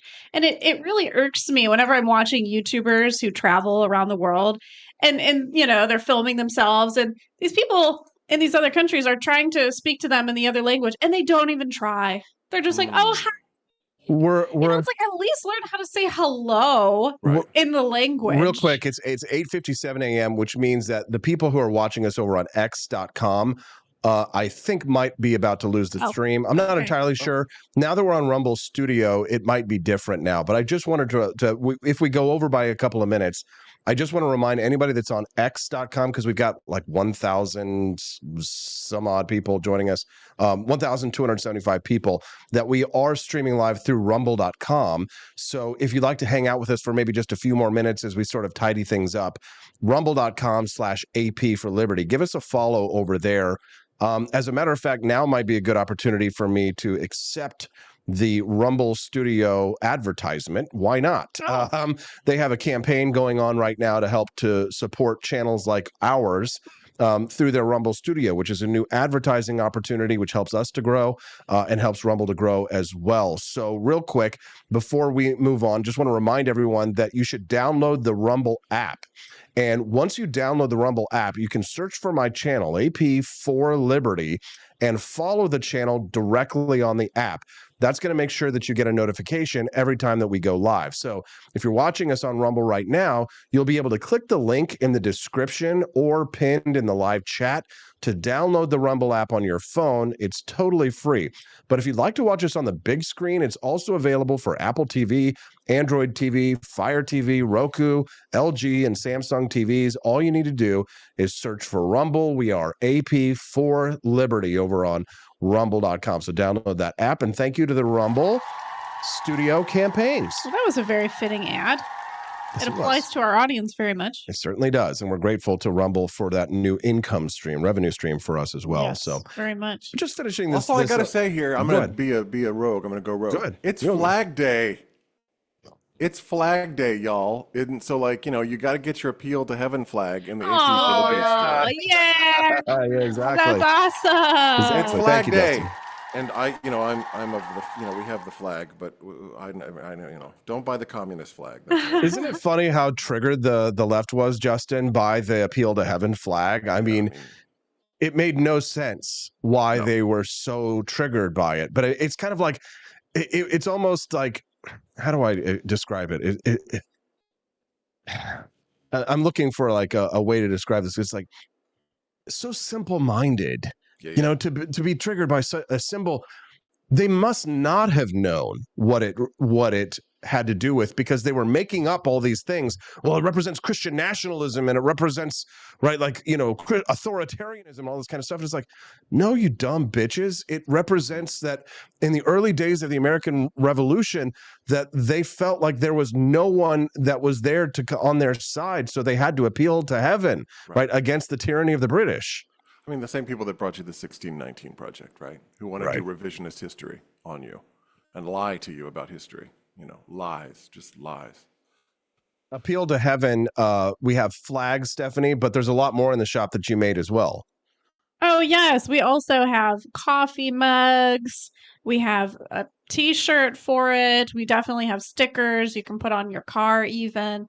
So yes, we tried to put that symbol on as much merchandise as we possibly could. Yeah, we've got it on phone cases, a beautiful frost. Phone cases, that's right. We sold some of those actually. Appeal to heaven frosted pint glass. Yes. Mugs, heavy cotton tees, and of course the classic flags. So if you want to support the Wake Up America show and trigger the liberals and make AOC pee her pants, go to ap4libertyshop.com and get you an Appeal to Heaven flag. We saw one yesterday when we were at the lake.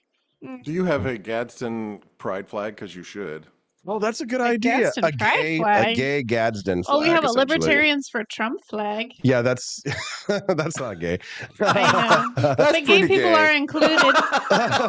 Well, we've got some good Gadsden flags, like our own take on the Gadsden flag. We have the Gadsden snake necktie that's really popular, actually. We sold one of those. Someone wore it to a wedding recently. Yes. Ew. And in a bit of irony, we have the Gadsden sneakers, so don't tread on my sneakers, but then there's like a doormat too. It has the Melania Trump earrings. Is that you too?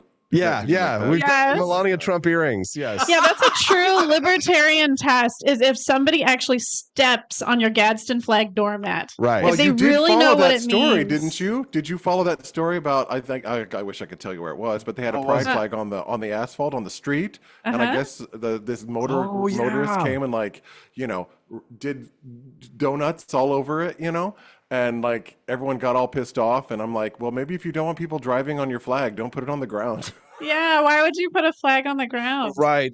So yeah, people have been charged for vandalizing the pride flag displays with tire marks. Multiple teens have been charged with allegedly leaving intentional marks on a street's pride colors.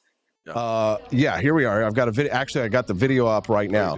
So here we are. Somebody does like a burnout for spinning his tires on a gay pride crosswalk. Oh my goodness. Police said that he caused significant damage to the streetscape painting, which serves as a symbol of unity and inclusivity for the LGBT community. Justin, shouldn't you be outraged as a member of heretofore said community? Look, I'm furious. I demand retribution. I think we need more government. That's my brother, ladies and gentlemen. I'm like, victimless crime, right? I mean, you can burn the American flag, which is our flag, our national flag, and the emblem that my grandfather died for, or almost died for. My uncle did, my great uncle. I mean, I guess the best way to kind of look at this is we're LGBTQ friendly, but don't be a fag. And it would be it'd be like putting the pride flag on train tracks and being mad at the train for going over the pride flag. It's like, don't put it in places where things are going to go bad.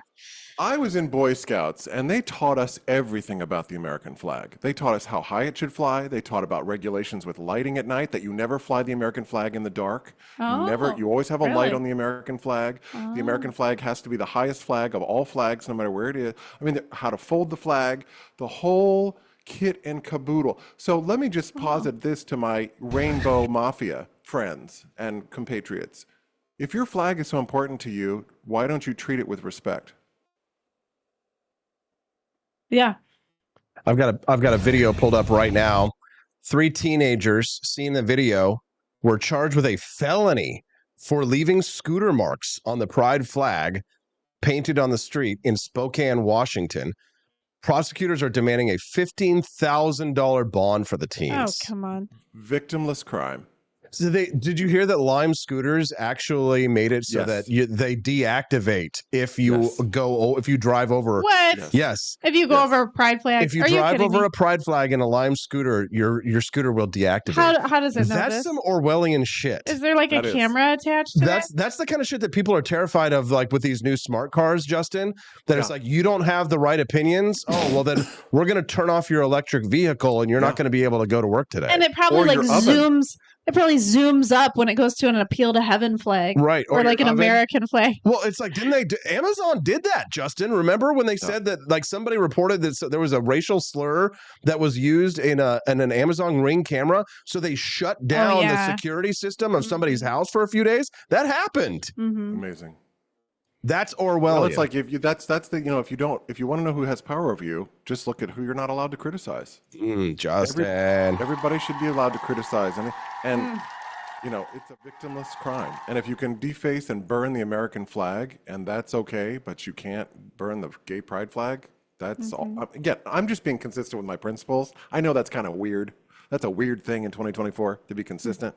But if it's good for the American flag, if it's then it's good for the pride flag too.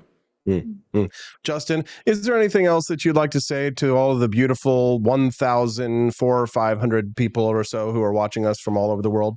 Well, I'm not just ridiculously good looking. I also write a blog on vocals, on singing, and it has nothing to do with politics, and it never will unless people come at me, and then I'll fight them tooth and nail.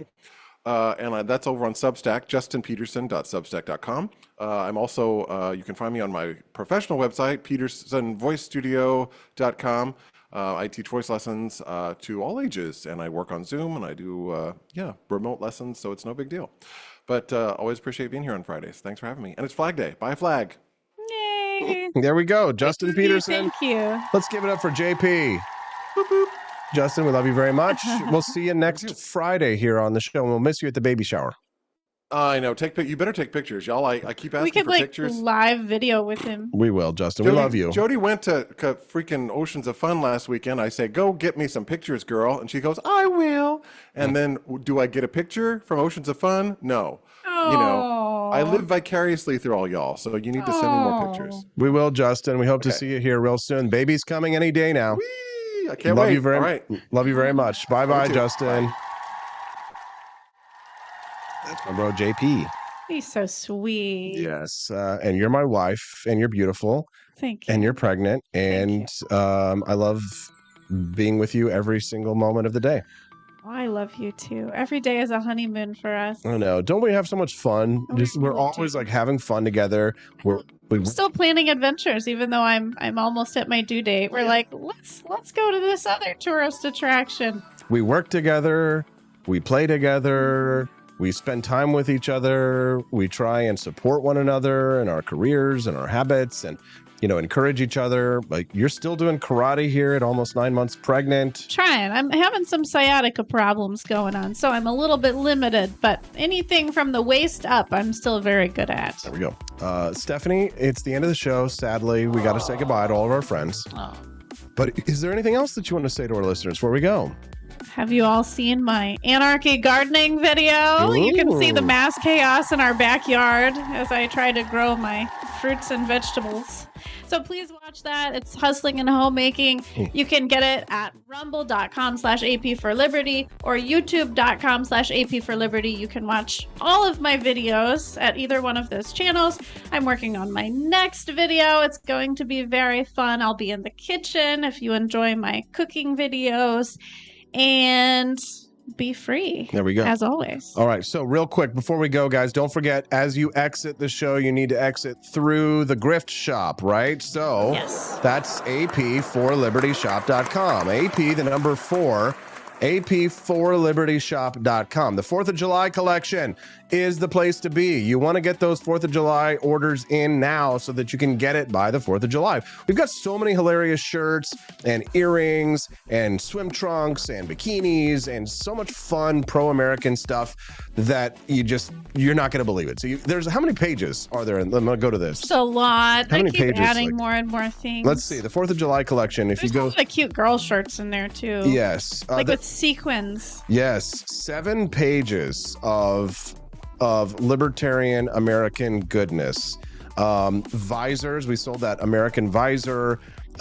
Washington with sunglasses, pillow covers, phone cases, backpacks, t-shirts, flasks, earrings. I mean, literally everything that you could need for a blowout 4th of July party is available at AP Ready to for bang. Liberty Shop. Oh yeah, exactly. I just came here to bang. Less government, more beer, grilling aprons for when you're grilling outside, wine koozies, bookmarks. I mean, damn, it feels good to be an American shirts. Pretty much everything that you can need. Wear ap4libertyshop.com. That's AP, the number 4, ap4libertyshop.com. And of course, get your Appeal to Heaven flag to tick off Own the Libs at ap4libertyshop.com. We'll see you guys. I guess we'll see you on Monday because it's Friday. So yes. Hope you enjoy the week and have a great weekend. Bye-bye. Love you guys. See you soon on the Wake Up America show at wakeupAmericaShow.com. Wake Up America show bonus content completes the series of political concepts that changed the world. Today, we consider the iron law of oligarchy. Welcome to our video on the iron law of oligarchy, a fascinating theory in sociology that delves into how power becomes concentrated in social organizations over time. We'll explore its definition, origins, implications, and examples, and discuss how to resist and reform oligarchy to promote inclusivity and democracy. Sociology is a field that provides valuable insights into the dynamics of social organizations and power structures. One notable theory in this field is the iron law of oligarchy, which examines why organizations tend to become oligarchic as they grow. The iron law of oligarchy was first proposed by German sociologist Robert Michaels in the early 20th century. Michaels observed that even democratic organizations, designed to represent their members' interests, eventually see power concentrated in the hands of a few. Michaels identified several factors contributing to this phenomenon. First, as organizations grow and become more complex, they need to delegate decision-making to a smaller, more manageable group, leading to concentrated power. Second, Michaels noted the role of professionalization within organizations.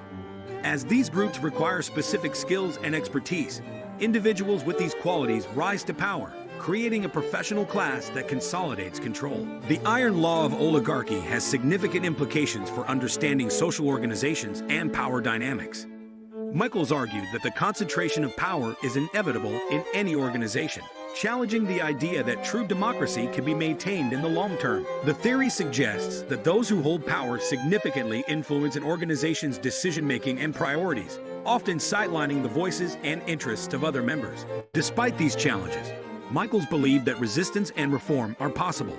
Active participation in decision-making, advocating for transparency, and promoting accountability are crucial steps members can take to challenge concentrated power. Periodic rotation of leadership positions is another strategy Michaels recommended to prevent the entrenchment of power. Regularly changing leaders ensures a more inclusive and diverse decision-making process. The iron law of oligarchy can be observed in various contexts, such as political parties, trade unions, and social movements. Political parties often see influential leaders shaping ideology and decisions, sidelining grassroots members. Trade unions, designed to represent workers' interests, can also become oligarchic. Union leaders may form close ties with management or become disconnected from members' concerns, leading to a concentration of power. Understanding the iron law of oligarchy provides valuable insights into the persistent challenge of power concentration in social organizations. It highlights the importance of active participation and vigilance in promoting true democracy and equality. By acknowledging this tendency, we can work towards more inclusive and democratic decision-making processes. Promoting transparency, accountability, and the representation of diverse voices are essential steps to counteract oligarchic tendencies. In conclusion, the iron law of oligarchy reminds us that power concentration in the hands of a few is a persistent phenomenon. However, it also underscores the importance of resistance, reform, and active participation to promote inclusivity and democracy in organizations. Thank you for watching. If you found this video insightful, please like, share, and subscribe to our channel for more content on sociology and social theories with libertarian themes. Expanse of time, a year might seem like a mere moment, but oh, what a year it's been. In September 2022, Austin and Stephanie Peterson embarked on a journey to wake up America. They began humbly, with just 20 souls tuning in, learning, listening, and though challenges arose, like the looming shadow of YouTube demonetization, their spirit never waned. And now, thanks to you, thousands rise with the sun to join them, to listen, to engage, to be a part of a community. So here's to you, and to wake up America, for memories shared, for friends made, for the journey ahead, and for never, ever forgetting to rise and freedom. Happy anniversary. I'm Donald Trump, and I approve this message. Believe me, Austin Peterson is the best. He's got the greatest Wake Up America show I've ever seen. Whenever I tune in the mornings and watch the live stream, let me tell you, he has got the absolute best content. I love his guests. It's just a total blast to watch, and I highly endorse and recommend the Wake Up America show. It's terrific, believe me. Is the outdoor of your home about as exciting as a library? Then spice it up and unbore your space with our custom metal signs. Crafted with love and a bit of libertarian magic, you can customize your own metal sign at ap4libertyshop.com. So head to ap4libertyshop.com, customize your own metal sign today.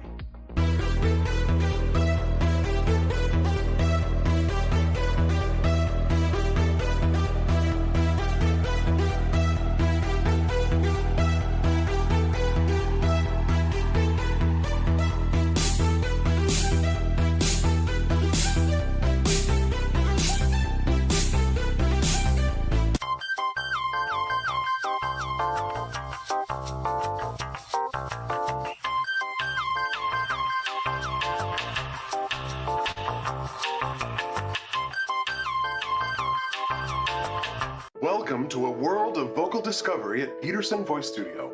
I'm Justin Peterson, here to guide your musical journey. Envision a place where your voice reaches new heights, where every note tells a story. We embrace all singers, from the enthusiastic shower vocalists to aspiring stars, ensuring each voice finds its unique rhythm and tone. Are you ready to elevate your voice? Visit petersonvoicestudio.com and sign up for remote lessons tailored just for you. Let's begin this melodious journey together.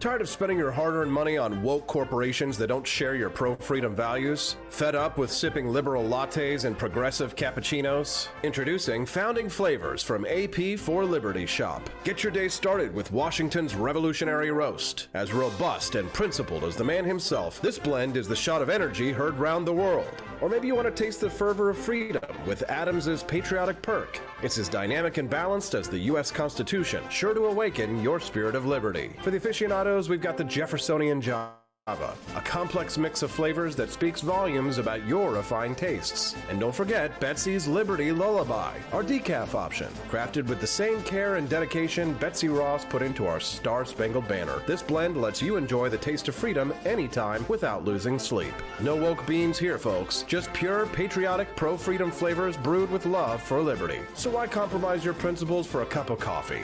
Stand up for your values, perk up your patriotism, and start your day the American way.